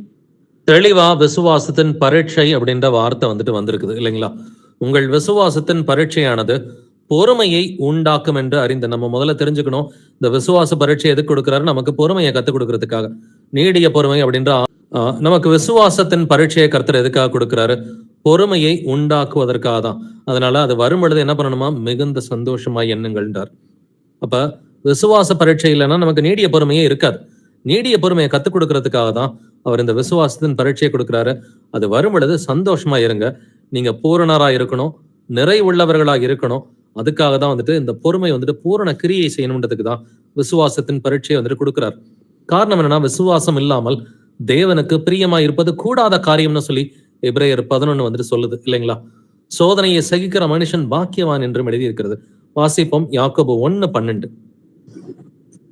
சோதனையை சகிக்கிற மனுஷன் பாக்கியவான், அவன் உத்தமன் என்று விளங்கின பின்பு கர்த்தர் தம்மிடத்தில் அன்பு கூறுகிறவர்களுக்கு வாக்குத்தத்தம் பண்ணின ஜீவ கிரீடத்தை பெறுவான். ஆமென். சோதனையை சகிக்கிற மனுஷன் தான் பாக்கியவான். அவனுக்கு மட்டும்தான் வாக்குத்தத்தம் பண்ணின ஜீவ கிரீடம். சோதனை வரும் பொழுது பாவம் செய்கிறவர்கள் அநேகர் இருக்கிறாங்க. மெஜாரிட்டி வந்துட்டு சோதனை வரும் பொழுது பாவம் செய்யறவங்க அநேகர் இருக்கிறாங்க. பட் இதை நம்ம வேறு பறிச்சு பார்க்கணும். என்னுடைய சுய இச்சையினால இந்த பிரச்சனை எனக்கு வந்திருக்குதா, இல்ல கர்த்தர் என்னுடைய விசுவாசத்தை சோதிக்கிறாரா? கர்த்தர் விசுவாசத்தை சோதிச்சாருன்னா அமைதியா இருந்து சந்தோஷப்படுங்க. இல்ல சுய இச்சையினால வந்துச்சுன்னா கர்த்தர்ட்ட போய் பாவங்களை அறிக்கை செய்யணும். சுய இச்சையினால ஒரு பிரச்சனையில மாட்டிக்கிட்டோம்னா கர்த்தர்ட்ட பாவ அறிக்கை செய்யறதை தவிர வேற வழியே கிடையாது. கன்ஃபஷன் பண்ணி ரெபெண்டன்ஸ் மூலமா தான் அந்த பிரச்சனையில இருந்து வெளியில வர முடியும். பட் கர்த்தர் நம்மை சோதிக்கிறாருன்னு சொன்னாக்க அதுல இருந்து தப்பித்துக் கொள்ளக்கூடிய போக்கையும் அவர் வைத்திருக்கிறார் அப்படின்றத நம்ம தெரிஞ்சுக்கணும். 1 கொரிந்தியர் 10 அதிகாரம் 13 வசனம் வாசிப்போம். மனுஷனுக்கு நேரிடுகிற சோதனையே அல்லாமல் வேறே சோதனை உங்களுக்கு நேரிடவில்லை. தேவன் உண்மை உள்ளவராய் இருக்கிறார். உங்கள் திராணிக்கு மேலாக நீங்கள் சோதிக்கப்படுகிறதற்கு அவர் இடம் கொடாமல் சோதனையை தாங்கத்தக்கதாக சோதனையோடு கூட அதற்கு தப்பிக்கொள்ளும்படியான போக்கையும் உண்டாக்குவார். ஆமென். இந்த வசனத்தை நல்லா இருதயத்துல எழுதி வச்சுக்கோங்க பிரதர்ஸ் அண்ட் சிஸ்டர்ஸ். மனுஷருக்கு நேரிடுகிற சோதனை அல்லாமல் வேறே சோதனை உங்களுக்கு நேரிடவில்லை. தேவன் உண்மை உள்ளவராய் இருக்கிறார். அவர் உங்களுக்கு திராணிக்கு மேலாக நீங்கள் சோதிக்கப்படுகிறதற்கு அவர் இடம் கொடுக்க மாட்டார். சோதனையை தாங்கத்தக்கதாக சோதனையோட கூட அதற்கு தப்பிக்கொள்ளும்படியான போக்கையும் உண்டாக்குகிறார். கொரோனா வந்தப்ப எத்தனை பேர் விசுவாசோட இருந்தாங்க? யோசிச்சு பாருங்க. இது ஒரு சோதனை காலம்தான். பூமி முழுவதுமே கிறிஸ்தவர்களுக்கு இது ஒரு சோதனை காலம்தான். அநேகர் வந்துட்டு ஊசியை நம்பினவங்க தான் கிறிஸ்தவர்களில் அநேகர். போதகர்கள்ல கிறிஸ்தவர்கள்ல ஊசியை மட்டுமே நம்பினவங்க இவங்க தான் அநேகரா இருக்கிறாங்க. கர்த்தரை நம்பினதை காட்டிலும் வந்துட்டு எனக்கு இந்த மருந்து மாத்திரை தான் முக்கியம்னு சொல்லி அநேகர் நம்பினாங்க. பட் மெடிகேஷன்ஸ் நம்புறதை காட்டிலும் கர்த்தரை நம்புறதான் உத்தமமா இருக்கிறது. சரி, ஓகே, ஒருத்தர் வந்துட்டு வேலைக்கு போகணும், ஊசி போட்டுக்கலனாக்க வேலையில வந்துட்டு அவங்க தூக்கிடுவாங்க. இல்ல பிள்ளைங்க ஸ்கூலுக்கு போகணும், காலேஜுக்கு போகணும், கட்டாயத்தினால ஊசி போட்டுக்கிட்டா கர்த்தர் அதை ஒன்னும் சொல்ல மாட்டார். கட்டாயமே இல்லாம ஊசி போட்ட ஒரு பெரிய கூட்டம் இருக்குது. இப்போ போதகர்கள் எல்லாம் எடுத்தீங்கன்னா எந்த வேலையும் பார்க்காம ஃபுல் டைமா இருந்து ஒளியும் பார்க்குற போதகர்கள் அநேகர் இருக்கிறாங்க. நிறைய பேர் வந்துட்டு சகோதரிகள்லாம் ஹவுஸ் ஒய்ஃப்ஸ் வந்துட்டு இருக்கிறாங்க. இந்த கூட்டங்களும் போய் ஊசி போட்டுக்கிட்டாங்க. ஏன் ஃபுல் டைம் போதகர்கள்லாம் ஊசி போட்டாங்க? அவங்க தான் எந்த வேலைக்கும் போறது இல்லை. ஊசி போடாட்டியும் ஒன்றும் கட்டாயமே கிடையாது. எதுக்காக ஊசி போட்டாங்க? ஏன்னா அவங்க விசுவாசம் கர்த்தர் மேல கிடையாது. அநேகர் வந்துட்டு ஒரு சொந்தமா தொழில் செய்யறவங்க அவங்களுக்கு ஊசி போடணுன்ற கட்டாயம் இல்லை. இல்லை வந்துட்டு ஒரு ஹவுஸ் ஒய்ஃப் மாதிரி இருக்கிற சகோதரிகள் அவங்களுக்கு ஊசி போடணுன்ற கட்டாயம் இல்லை. பட் அவங்களும் போய் ஊசி போட்டுக்கிட்டாங்க அப்படின்னு சொன்னாக்க விசுவாசம் எங்க இருக்குது? அது ஊசி மேலதான் இருக்கு, கர்த்தர் மேல கிடையாது. ஆனா சோதனையை கொடுக்கிற கர்த்தர் வந்துட்டு தப்பித்து கொள்ளக்கூடிய போக்கையும் வைத்திருக்கிறாருன்றதை நம்ம தெரிஞ்சுக்கணும். ஸோ இது சோதனை காலம்தான். இந்த காலகட்டம் நம்ம இருக்கிறது சோதனை காலம்தான். உக்ரைன்ல போர் நடக்கும், இஸ்ரேல்ல போர் நடக்கும், இந்தியாவும் பின்னாடி போருக்கு போகும். அப்போ உங்களுடைய விசுவாசத்தை கர்த்தர் சோதித்து பார்ப்பார். மனுஷகுமாரன் பூமிக்கு வரும்பொழுது பூமியிலே விசுவாசத்தை காண்பாரோ என்று எழுதியிருக்கிறது. பிரதர்ஸ் சிஸ்டர்ஸ், எல்லா கிறிஸ்தவர்களுக்குமே இந்த சோதனை இருக்கு. உண்மை கிறிஸ்தவர்கள் எல்லாருக்குமே கர்த்தர் வந்துட்டு தப்பித்துக் கொள்ளக்கூடிய போக்கை வைத்திருக்கிறார். நீங்க ஆவியானவர்கிட்ட கேட்டீங்கன்னா என்ன பண்ணலாம் அப்படின்ற ஞானத்தை அவர் கொடுப்பார். ஒவ்வொரு காரியத்திலையும் என்ன செய்யணும் ஆண்டவரே அப்படின்னு சொல்லி கேட்டீங்கன்னா அதுல இருந்து தப்பித்துக் கொள்ளக்கூடிய போக்கை கர்த்தர் கொடுப்பார், நிச்சயமா கொடுப்பார். அதனால அவர்கிட்ட கேளுங்க. ஒரு பிரச்சனை இருக்குதுன்னு சொன்னா கர்த்தர்ட்ட நீங்க கேட்டீங்கன்னு சொன்னாக்க தப்பித்துக் கொள்ளக்கூடிய போக்கை வைத்திருக்கிறார். ஏன்னா எல்லாருக்குமே இந்த பிரச்சனை இருக்குன்னு பேதுரு எழுதுறான். 1 பேதுரு 4ஆம் அதிகாரம் 12 முதல் 16 வசனங்களை வாசிப்போம். பிரியமானவர்களே, உங்களை சோதிக்கும்படி உங்கள் நடுவில் பற்றி எரிகிற அக்கினியை குறித்து ஏதோ புதுமை என்று திகையாமல் கிறிஸ்துவின் மகிமை வெளிப்படும் போது நீங்கள் களிகூர்ந்து மகிழும்படியாக அவருடைய பாடுகளுக்கு நீங்கள் பங்காளிகள் ஆனதால் சந்தோஷப்படுங்கள். நீங்கள் கிறிஸ்துவின் நாமத்தின் நிமித்தம் நிந்திக்கப்பட்டால் பாக்கியவான்கள். ஏனென்றால் தேவனுடைய ஆவியாகிய மகிமையுள்ள ஆவியானவர் உங்கள் மேல் தங்கி இருக்கிறார். அவர்களாலே தூஷிக்கப்படுகிறார், உங்களாலே மகிமைப்படுகிறார். ஆதலால் உங்களில் ஒருவனும் கொலை பாதகனாயாவது, திருடனாயாவது, பொல்லாங்கு செய்தவனாயாவது, அந்நிய காரியங்களில் தலையிட்டு கொண்டவனாயாவது பாடுபடுகிறவனாய் இருக்கக்கூடாது. ஒருவன் கிறிஸ்தவனாய் இருப்பதினால் பாடுபட்டால் வெட்கப்படாமல் இருந்து அதிநிமித்தம் தேவனை மகிமைப்படுத்த கடவன். ஆமென். ஒருவன் கிறிஸ்தவனாய் இருப்பதனால் பாடுபட்டால் வெட்கப்படாமல் இருந்து தேவனை மகிமைப்படுத்தணும். பட் அநேகர் வந்துட்டு கிறிஸ்தவர்கள் அப்படின்றதுனால பாடுபடுறதை காட்டிலும் சுய இச்சையினால பாடுபடுறவங்க தான் ஜாஸ்தி. ஒரு சிலர் சொல்லுவாங்க, என் புருஷன் தான் எனக்கு சிலுவையை போல இருக்கிறாரு, அவர் தான் எனக்கு கஷ்டத்தை கொடுக்குறாருன்னு. ஒரு சிலர் என் மனைவி தான் எனக்கு சிலுவைன்னுவாங்க. ஒரு சிலர் என் பிள்ளைங்க தான் எனக்கு சிலுவைன்னுவாங்க. ஒழுங்கா பைபிள் படிக்காம பிள்ளைகளை வளர்க்க தெரியாம வளர்த்துட்டு என் பிள்ளை வந்துட்டு எனக்கு சிலுவை, எனக்கு சோதனைன்னு சொல்லுவாங்க. இது முதல்ல வந்துட்டு கர்த்தருக்கு விரோதமான வார்த்தைன்றதை நம்ம தெரிஞ்சுக்கணும். கணவனை பார்த்து சிலுவைன்னு சொல்றதோ, மனைவியை பார்த்து சிலுவைன்னு சொல்றதோ, பிள்ளைகளை பார்த்து பாரம்னு சொல்றதோ, இது கர்த்தருக்கு விரோதமான வார்த்தைகள்.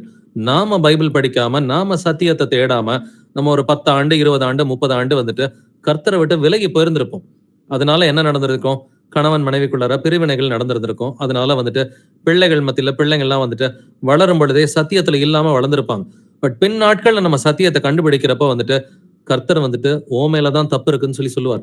அப்ப அந்த ரெஸ்பான்சிபிலிட்டியை முதல்ல எடுத்துக்கணும். ஆண்டவரே, தப்பு என் மேலதான் இருக்குது, நான் ஒழுங்கா பைபிள் படிக்கல, நான் ஒழுங்கா ஜெபம் பண்ணல வந்துட்டு, அதனால எனக்கு நீடிய பொறுமை இல்லை, எனக்கு ஆவியின் கனி இல்லாததுனால என் குடும்பத்துல இந்த பிரச்சனை எல்லாம் இருக்குன்னு சொல்லி பிரச்சனைகளுக்கு ஓனர்ஷிப் எடுக்க பழகணும். பிரதர்ஸ் அண்ட் சிஸ்டர்ஸ், பிரச்சனைகளுக்கு ஓனர்ஷிப் எடுக்கணும். ஆண்டவரே, இந்த பிரச்சனைக்கு நான் தான் காரணம் அப்படின்னு வீட்டு தலைவனோ இல்ல வீட்டு தலைவியோ வந்துட்டு சொல்லணும். ஆண்டவரே, இந்த பிரச்சனை என்னால வந்தது ஆண்டவரே அப்படின்னு பிரச்சனைக்கு ஓனர்ஷிப் எடுத்தோம்னு சொன்னாக்க அதுல இருந்து தப்பித்துக் கொள்ளக்கூடிய போக்கை கர்த்தர் உண்டாக்குவார். இல்ல பிரச்சனைக்கு எனக்கு சம்பந்தம் கிடையாது ஆண்டவரே, என் புருஷன் தான் பிரச்சனை பண்றாரு, என் பிள்ளைங்க தான் பிரச்சனை பண்றாங்கன்னு சொல்லி நம்ம மற்றவர்களை காரணம் காமிக்கிறதுக்கு பதிலா வீட்டுல இருக்கிற பிரச்சனைக்கு இயேசுவே இது என்னோட வந்துட்டு அலட்சியம் தான் காரணம், நான் பைபிள் வாசிக்கல, இல்ல நான் ஜெபிக்கல, நான் வந்துட்டு வசனத்தை கடைபிடிக்கல, நான் ஆவியின் கனியை கடைபிடிக்கல, அதனால இந்த பிரச்சனை எனக்கு வந்திருக்குது, இதை நானே சரி பண்றேன், உங்களுடைய கிருபையோட வந்துட்டு நானே சரி பண்றேன், எனக்கு ஆவியின் கனியை கொடுங்க ஆண்டவரே, எனக்கு நீடிய பொறுமையை கொடுங்க, எனக்கு சாந்தத்தை கொடுங்க, எனக்கு சகிப்புத்தன்மையை கொடுங்க, என்னுடைய இருதயத்துல வந்துட்டு ஆவிக்குரிய அன்பை ஊற்றுங்கப்பா அப்படின்னு சொல்லி கர்த்தர்ட்ட கேட்டோம்னு சொன்னா அந்த பிரச்சனை இருந்து தப்பித்துக் கொள்ளக்கூடிய போக்கை அவர் உண்டாக்குவார். ஏன்னா உங்களை சோதிக்கும்படி உங்கள் நடுவில் பற்றி இருக்கிற அக்னியை குறித்து ஏதோ புதுமை என்று திகையாமல், எனக்கு மட்டும்தான் இந்த பிரச்சனை நடக்குது அப்படின்னு அநேகர் நினைக்கிறாங்க. அப்படி இல்ல பிரதர்ஸ் அண்ட் சிஸ்டர்ஸ், அது புதுமை கிடையாது. கிறிஸ்தவன் மகிமை வெளிப்படும் பொழுது நீங்கள் களிகூர்ந்து மகிழும்படியாக அவருடைய பாடுகளுக்கு நீங்கள் பங்காளிகள் ஆனதால் சந்தோஷப்படுங்கள். நீங்க கிறிஸ்தவனா இருக்கிறதுனால உங்களுக்கு பாடுகள் வந்தா சந்தோஷப்படுங்க. ஆனா சுய இச்சையினால பிரச்சனை வந்தா பாவங்களை அறிக்கை பண்ணுங்க. நீங்கள் கிறிஸ்துவின் நாமத்தின் நிமித்தம் நிந்திக்கப்படுறீங்களா? கிறிஸ்துவின் நாமத்தின் நிமித்தம் நீங்க நிந்திக்கப்பட்டா நீங்கள் பாக்கியவான்கள். பட் சுய இச்சைனால நடந்திருக்குதுன்னா இயேசுவே இதுல இருந்து தப்பித்துக் கொள்ளக்கூடிய கிருபையை கொடுங்கன்னு சொல்லி பாவங்களை அறிக்கை செய்து கொஞ்ச நாள் ஆவியின் கனியோட ஒரு 3 மாசம் 6 மாசம் 1 வருஷம் வீட்டுல இருந்து பாத்தீங்கன்னாக்க உங்களை பார்க்கிறவர்கள் அவர்களும் மனம் மாறுவார்கள், உங்களுடைய பிரச்சனைகள் எல்லாம் வந்துட்டு மாறும். பட் ஃபர்ஸ்ட் திங், ஓனர்ஷிப் எடுக்கணும். குறிப்பா ஆண்கள் வந்துட்டு ஓனர்ஷிப் எடுக்கணும். ஆண்டவரை, என் வீட்டு பிரச்சனைக்கு நான் தான் காரணம். குடும்ப தலைவர்கள் வந்துட்டு இந்த வார்த்தையை சொல்லணும். என் வீட்டு பிரச்சனைக்கு என் மனைவி சரியில்லைன்னா அதுக்கு நான் தான் ஆண்டவரை காரணம், என் பிள்ளைங்க சரியில்லையா அதுக்கு நான் தான் காரணம். பெற்றோர் வந்துட்டு கணவன் மனைவி 2 பேரும் பிள்ளைங்க சரியில்லைன்னா ஓனர்ஷிப் எடுக்க பழகணும். என் பிள்ளைங்களை சரியா வளர்க்காம போனது என்னோட தவறு ஆண்டவரே, அப்படின்னு சொல்லி பெற்றோர் ஓனர்ஷிப் எடுத்தாக்க ஆண்டவர் பிள்ளைங்களை மாத்துவார். ஒரு கணவன் ஓனர்ஷிப் எடுத்தா மனைவியை மாத்துவார். ஒரு மனைவி வந்துட்டு ஓனர்ஷிப் அந்த பிரச்சனைக்கு எடுத்துக்கிட்டாக்க ஆண்டவர் வந்துட்டு கணவனை மாத்தி கொடுப்பார். ஒருவன் கிறிஸ்தவனா இருப்பதனால பாடுபட்டா அது வந்துட்டு கர்த்தர் அனுமதிக்கிற சோதனை.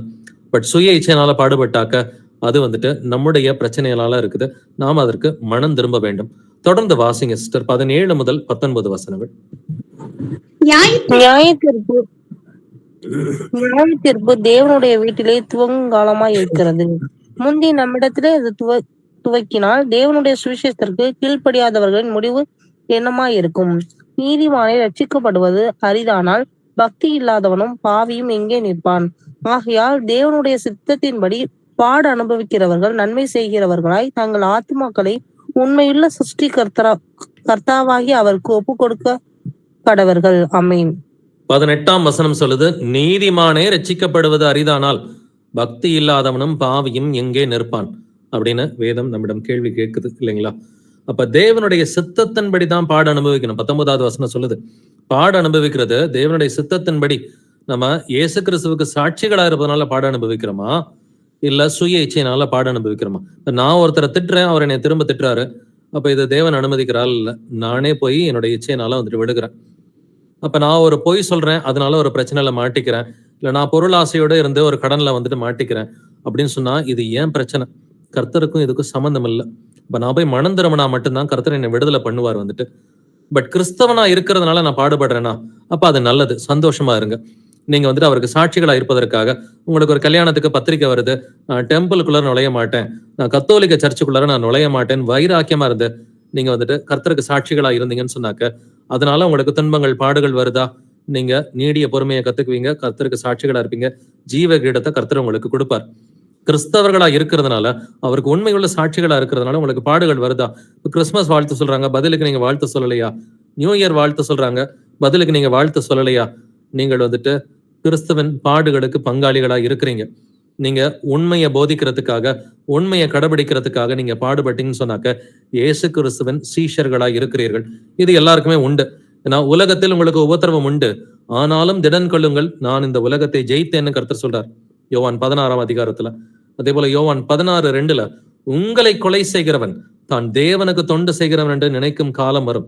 நல்லா கவனிச்சுக்குங்க, கிறிஸ்தவங்க தான் உங்களை துன்பப்படுத்துவாங்கன்னு அவர் சொல்லிட்டார். உங்களை கொலை செய்கிறவன் தான் தேவனுக்கு தொண்டு செய்கிறவன் என்று நினைக்கும் காலம் வரும். அப்போஸ்தலர்களை துன்பப்படுத்தினவங்க என்ன நினைச்சு துன்பப்படுத்தினாங்க? பிதாவாகிய தேவனுக்கு தொண்டு செய்கிறோம்னு நினைச்சுதான் அப்போஸ்தலர்களை துன்பப்படுத்தினாங்க. இயேசு கிறிஸ்துவை கொலை செய்தவர்கள் நாங்க பிதாவாகிய தேவனுக்கு ஊழியம் பார்க்கணும்னு சொல்லிதான் இயேசு கிறிஸ்துவை கொலை செய்தார்கள். அதே போல காலங்காலமா ரோமன் கத்தோலிக்க சபை வந்துட்டு என்ன நினைச்சு வந்துட்டு உண்மை கிறிஸ்தவர்களை கொலை செய்தது? நாங்க வந்துட்டு இயேசு கிறிஸ்துவுக்கு உண்மையா இருக்கிறோம்னு நினைச்சுதான் உண்மை கிறிஸ்தவர்களை துன்பப்படுத்தினாங்க. இன்னைக்கு இருக்கிற கள்ள சபைகளும் கள்ள போதர்களும் கள்ள கிறிஸ்தவர்களும் உண்மை கிறிஸ்தவர்களை என்னன்னு சொல்லி துன்பப்படுத்துறாங்க. நாங்க ஒழுங்கா இருக்கிறோம், நீங்க சரியில்லைன்னு சொல்லிதான் வந்துட்டு இயேசு கிறிஸ்துவ நிமித்தம் தான் இந்த துன்பங்கள் பாடுகள் வருது. அவர் அப்பவே சொல்லிட்டார் யோவான் 16:2 உங்களை கொலை செய்கிறவன் நான் தேவனுக்கு தொண்டு செய்கிறவன் என்று நினைக்கும் காலம் வரும். தேவனுக்கு தொண்டு செய்யறேன்னு நினைச்சுதான் உண்மை கிறிஸ்தவர்களை இவர்கள் உபத்திரவப்படுத்துவார்கள். கர்த்தர் இந்த சிமர்னா சபைக்கும் சொல்லி இருக்கிறார். வெளிப்படுத்தின விசேஷம் 2ஆம் அதிகாரத்துல சிமர்னா சபையிடம் கர்த்தர் பேசும் பொழுது உன் உபத்திரவத்தை நான் அறிந்திருக்கிறேன்னு சொல்றார். நீ படப்போகிற பாடுகளை குறித்து எவ்வளவும் பயப்படாதேன்னு சொல்லியிருக்கிறார். இதோ நீங்கள் சோதிக்கப்படும் பொருட்டாக பிசாசானவன் உங்களில் சிலரை காவலில் போடுவான், 10 நாள் உபத்திரவப்படுவீர்கள், ஆனாலும் நீ மரண பரியந்தம் உண்மையாகிற, அப்பொழுது ஜீவ கிரீடத்தை உங்களுக்கு தருவேன்னு சொல்லியிருக்கிறார். மரண பரியந்தம் கர்த்தருக்கு உண்மையா இருக்கிறதுக்கு நம்ம ரெடியா இருந்தாக்க அநேகருக்கு மரணமே ஏற்படாது. மரண பரியந்தம் கிறிஸ்து எனக்கு ஜீவன், சாவு எனக்கு ஆதாயம்னு சொல்லி கடைசி நாட்கள்ல நீங்க முடிவு பண்ணிட்டீங்கன்னாக்க உங்களுக்கு இந்த பூமியில கூட மரணம் ஏற்படாதுங்க. ஏன்னா கர்த்தருடைய வருகை சமீபமா இருக்கிறது. கர்த்தருடைய வருகை சமீபமா இருக்கிறதுனால அவருடைய சபையானது இந்த பூமியிலே சாட்சியா இருக்க வேண்டும். ஏன்னா ஒரு சிலர் வந்துட்டு வயசானதுனால மறிக்கலாம், ஒரு சிலர் உபத்திரவத்தினால வந்துட்டு மறிக்கலாம். பட் சபையானது இந்த பூமியிலே சாட்சியா இருக்கும். இந்த பூமிக்குரிய சரீரத்தோட சாட்சியாக கர்த்தர் வருமளவும் இருக்கும். ஏன்னாக்க கர்த்தர் வரும் பொழுது அவர் எக்கால சத்தத்தோடு அவர் வருகிறார். வரும் பொழுது முதலாவது கிறிஸ்துவுக்குள் மரித்தவர்கள் முதலாவது எழுந்திருப்பார்கள், பின்பு உயிரோடு இருக்கும் நாமும்னு எழுதியிருக்கு. யார் இந்த உயிரோடு இருக்கும் நாமும்? அப்ப இயேசு கிறிஸ்துவுக்காக உயிரோடு ஒரு சில சாட்சிகள் வேணும். அப்படின்னாக்க சாகாமலேயே மாம்சத்துல உயிரோட தங்களுடைய விசுவாசத்தை பரிசுத்தாவின் துணையோட காத்துக்கொண்ட ஒரு கூட்டம் இருக்கிறது. அப்ப இந்த கடைசி கால சபைக்கு வந்துட்டு இந்த பூமியில கூட சாவு கிடையாது பிரதர்ஸ் அண்ட் சிஸ்டர்ஸ். இந்த கடைசி கால சபைக்கு வந்துட்டு பூமியிலேயே வந்துட்டு சாவு கிடையாது. அவர் வரும் பொழுது அப்படியே உடல்களை வந்துட்டு மறுரூபம் ஆக்குவார். கம்ப்ளீட்டா உடம்ப டிரான்ஸ்லேட் பண்ணுவாருன்னு சொல்லி வேதம் சொல்கிறது. ஒரு சிலர் வயது நிமித்தமா மறிக்கலாம், ஒரு சிலர் வந்துட்டு உபத்திரவத்து நிமித்தமா வந்துட்டு மறிக்கலாம் வந்துட்டு. பட் சபையானது பெருவாரியாக ஜெயம் கொள்கிற சபையா கர்த்தருக்கு சாட்சியா இந்த பூமியில வந்துட்டு இருக்கும். உலகம் உங்களை பகைத்தால் அது உங்களை பகைக்கிறதற்கு முன்னே என்னை பகைத்தது என்று அறியுங்கள்னு கர்த்தர் சொல்றார். அவர்கள் என்ன துன்பப்படுத்தினாங்க, உங்களையும் துன்பப்படுத்துவாங்க, என் நாமத்தின் நிமித்தமே இவைகளை எல்லாம் உங்களுக்கு செய்வார்கள்னு கர்த்தர் சொல்லி இருக்கிறார். நீதி நிமித்தம் துன்பப்பட்டா நீங்கள் பாக்கியவான்கள், பரலோக ராஜ்யம் உங்களுடையதுன்னு கர்த்தர் சொல்றார். என் நிமித்தம் உங்களை வந்துட்டு துன்பப்படுத்துவாங்க, நீங்கள் பாக்கியவான்களா இருப்பீர்கள், அப்பொழுது சந்தோஷப்பட்டு களிகூறுங்கள்னு கர்த்தர் சொல்லி இருக்கிறார். 2 தீமோத்தேயு 3:12 வாசிப்போம்.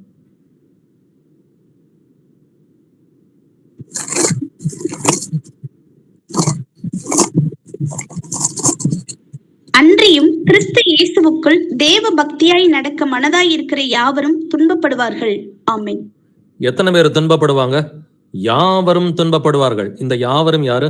கிறிஸ்து இயேசுவுக்குள் தேவ பக்தியாய் நடக்க மனதாய் இருக்கிற யாவரும். உண்மை கிறிஸ்தவர்கள் அத்தனை பேருமே துன்பப்படுவாங்கன்னு எழுதியிருக்கு. பட் ஏன் துன்பப்படுவாங்க அப்படின்ற காரணத்தையும் நம்ம தெரிஞ்சுக்கலாம். அப்போஸ்தலர் 14:22 வாசிப்போம். ஆக்ட்ஸ் 14:22. சீஷருடைய மனதை திடப்படுத்தி விசுவாசத்திலே நிலைத்திருக்கும்படி அவர்களுக்கு புத்தி சொல்லி, நாம் அநேக உபத்திரவங்களின் வழியாய் தேவனுடைய ராஜ்யத்தில் பிரவேசிக்க வேண்டும் என்று சொன்னார்கள். ஆமென். அநேக உபத்திரவங்களின் வழியாதான் தேவனுடைய ராஜ்யத்தில் பிரவேசிக்க முடியும். உபத்திரவமே இல்லாம நாங்களாம் ரகசிய வருகையில போயிருவோம் அப்படின்னு அநேகர் சொல்லிட்டு இருக்கிறாங்க. இந்த ரகசிய வருகை ஒரு கள்ள உபதேசம் அப்படின்றத ஆவியானவர் வெட்ட வெளிச்சமா நமக்கு காண்பித்திருக்கிறார் இல்லைங்களா? அப்ப உபத்திரவமே கிடையாதுன்னு சொல்றது தவறான உபதேசம். உபத்திரவங்களின் வழியாதான் தேவனுடைய ராஜ்யத்தில் பிரவேசிக்க முடியும்னு எழுதியிருக்குது. ஏன்னா இயேசு கிறிஸ்து உடனே கூட நம்ம மகிமைப்படும்படிக்கு அவருடனே கூட நம்ம பாடுகளையும் அனுபவிக்கணும்னு சொல்லி ரோமர் 8ஆம் அதிகாரத்துல எழுதியிருக்குது. இப்படிப்பட்ட உபத்திரவங்களை சகிக்க நாம் நியமிக்கப்பட்டிருக்கிறோம் என்று நீங்கள் அறிந்திருக்கிறீர்கள்னு சொல்லி தெசலோனிக்கருக்கு எழுதின கடிதத்துல வந்துட்டு பவுல் பேசுறான். நமக்கு உபத்திரவம் வரும் என்று நாங்கள் உங்களிடத்தில் இருக்கும் பொழுது உங்களுக்கு முன்னறிவித்தோம் அப்படின்றத 1 தெசலோனிக்கர் 3ஆம் அதிகாரத்துல அவன் ஏற்கனவே வந்துட்டு பேசி இருக்கிறான். அவன் தன்னைத்தான் வெறுக்கணும். நம்ம இயேசு கிறிஸ்துவின் சீஷனா இருக்கணும்னாக்க தன்னைத்தான் வெறுத்து தன் சிலுவையை எடுத்துக்கொண்டு நம்ம கர்த்தர் பின்னாடி வந்துட்டு போகணும் அப்படின்னு சொல்லி கர்த்தர் சொல்லி இருக்கிறாரு.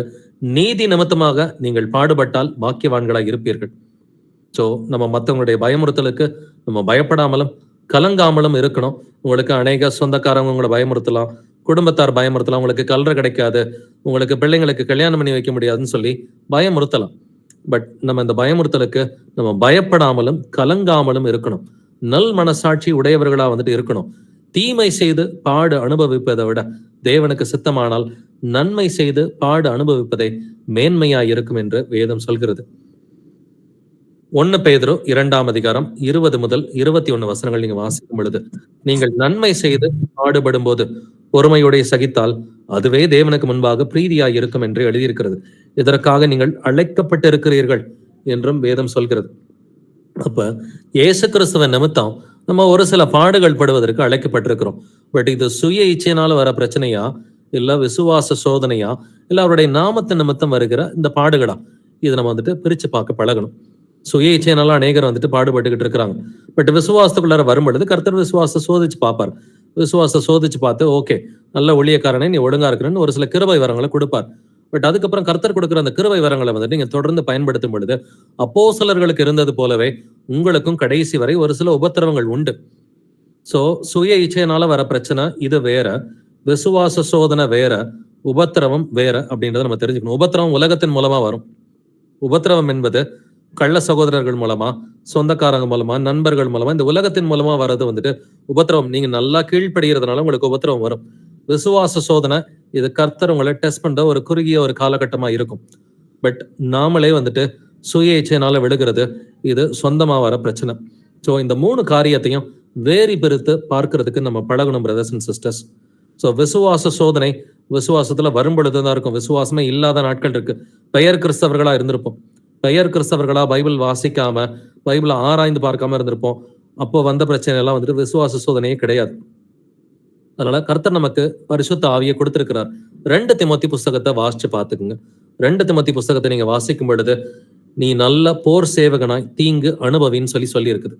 நீங்க 2 தீமோத்தேயுல வந்துட்டு முதல் அதிகாரம் படிச்சு பாத்தீங்கன்னா 8வது வசனத்துல தீங்கு அனுபவி அப்படின்ற வார்த்தை இருக்குது. 2 தீமோத்தேயு 2ஆம் அதிகாரத்துல 3ஆம் வசனத்துல தீங்கு அனுபவி அப்படின்ற வார்த்தை வந்துட்டு இருக்குது. 2 தீமோத்தேயு 4ஆம் அதிகாரம் 5வது வசனத்துல தீங்கு அனுபவின்ற வார்த்தை இருக்கு. ஸோ 2 தீமோத்தேயு 1, 2 தீமோத்தேயு 2ஆம் அதிகாரம், 2 தீமோத்தேயு 4ஆம் அதிகாரம் எல்லாத்துலயும் தீங்கு அனுபவி தீங்கு அனுபவி தீங்கு அனுபவின்னு இருக்கு. எதற்காக கர்த்தர் இப்படி சொல்றாருன்னு சொன்னாக்க, நம்ம கர்த்தருக்கு போர் சேவகர்களா இருக்கிறோம் இல்லைங்களா? போர் சேவகர்களா இருக்கும் பொழுது நமக்கு ஒரு போராட்டம் இருக்கு. இந்த போராட்டம் மாம்சத்தோடும் இரத்தத்தோடும் கிடையாது. நம்மள ஒரு சிலர் திட்டலாம், ஒரு சிலர் ஒரு பிரச்சனைகளை வந்து நமக்கு எழுப்பலாம். பட் மாம்சத்தோடும் இரத்தத்தோடும் நமக்கு போராட்டம் அல்ல. அவங்க பின்னாடி ஒரு பிசாசு இருக்கு. அந்த பிசாசை கடிஞ்சுக்கிட்டு நம்முடைய எதிரியை நேசிக்கிறதுக்கு பழகுகிற பிள்ளைகளா இருக்கணும். நம் முடிவு பரியந்தம் நிலைத்திருப்பவனே ரட்சிக்கப்படுவான் என்று வேதம் சொல்கிறது. அப்ப கர்த்தருடைய சத்துவத்துல பலப்படணும்னு சொன்னாக்க நம்ம நல்லா தெரிஞ்சுக்கணும், மாம்சத்தோடு இரத்தத்தோடு நமக்கு போராட்டம் கிடையாது அப்படின்னு சொல்லி நல்லா புரிஞ்சுக்கிட்டு நல்ல ஒரு போர் சேவகனா இந்த பூமியில இருக்கிறப்ப ஒரு சில உபத்திரவங்கள் வந்தாலும் நான் கர்த்தருக்காக நான் உண்மையா இருப்பேன் அப்படின்றதுல வந்துட்டு நம்ம உறுதியா இருந்து பரிசுத்த ஆவியின் கிருபையோட அவருடைய வசனங்களுக்கு பயப்படுகிற பயத்தோட பரிசுத்தமாகுதலை பூரணப்படுத்துகிற பிள்ளைகளா நம்ம இருக்கணும். ஸோ இன்னைக்கு கர்த்தர் தன்னுடைய ஆவியினால வந்துட்டு தன்னுடைய வசனங்களை கொண்டு இந்த 3 காரியங்களுக்குரிய அந்த வித்தியாசத்தை வந்துட்டு காமிச்சார். நம்முடைய சுய இச்சையினால வருகிற பிரச்சனைகள் வந்துட்டு எது, அதுக்கு வந்துட்டு மனம் திரும்பி தான் நம்ம குணப்பட முடியும். அதே போல வந்துட்டு கர்த்தர் வந்துட்டு விசுவாச சோதிக்கிற ஒரு குறுகிய காலகட்டம் வந்துட்டு இருக்கலாம். அது சோதிக்கப்பட்ட பிறகு கர்த்தர் கிருபையின் மேல் கிருபை பெற்றோன்ற மாதிரி அதிக கிருபை வரங்களை கொடுப்பார். நீங்க அந்த கிருபை வரங்களோட வந்துட்டு சுவிசேஷம் அறிவித்து அவருக்கு உண்மையுள்ள சாட்சிகளா இருக்கும் பொழுது கள்ள கிறிஸ்தவர்கள் மூலமா இந்த உலகத்தின் மூலமா உங்களுக்கு ஒரு சில உபத்திரவங்கள் வந்துட்டு இருக்கும். அதை நீங்க சந்தோஷமா சகிப்பீங்க. இதை தொடர்ந்து சந்தோஷமா சகிக்கும் பொழுது உங்களுக்கு நீங்க நல்லா கனி கொடுக்கிற பிள்ளைகளா வந்துட்டு மாறுவீங்க. இந்த 3த்திற்கும் உரிய வித்தியாசத்தை இன்னைக்கு கர்த்தருடைய கிருபையோட நம்ம தெரிஞ்சுக்கிட்டோம். பட் இது நல்லா வாழ்க்கையில வந்துட்டு வாழ்கிற பிள்ளைகளா இந்த வசனத்தை நல்லா அறிந்து உபத்திரவத்தின் மத்தியில வந்துட்டு நல்லா சந்தோஷமா ஊழியம் பார்க்கிற பிள்ளைகளா தொடர்ந்து கர்த்தருடைய வருகை மட்டும் நம்ம இருக்கணும்னு சொல்லி ஒரு ஜெபத்தோட இந்த ஒரு பைபிள் ஸ்டடியை நம்ம நிறைவு செய்யலாம்.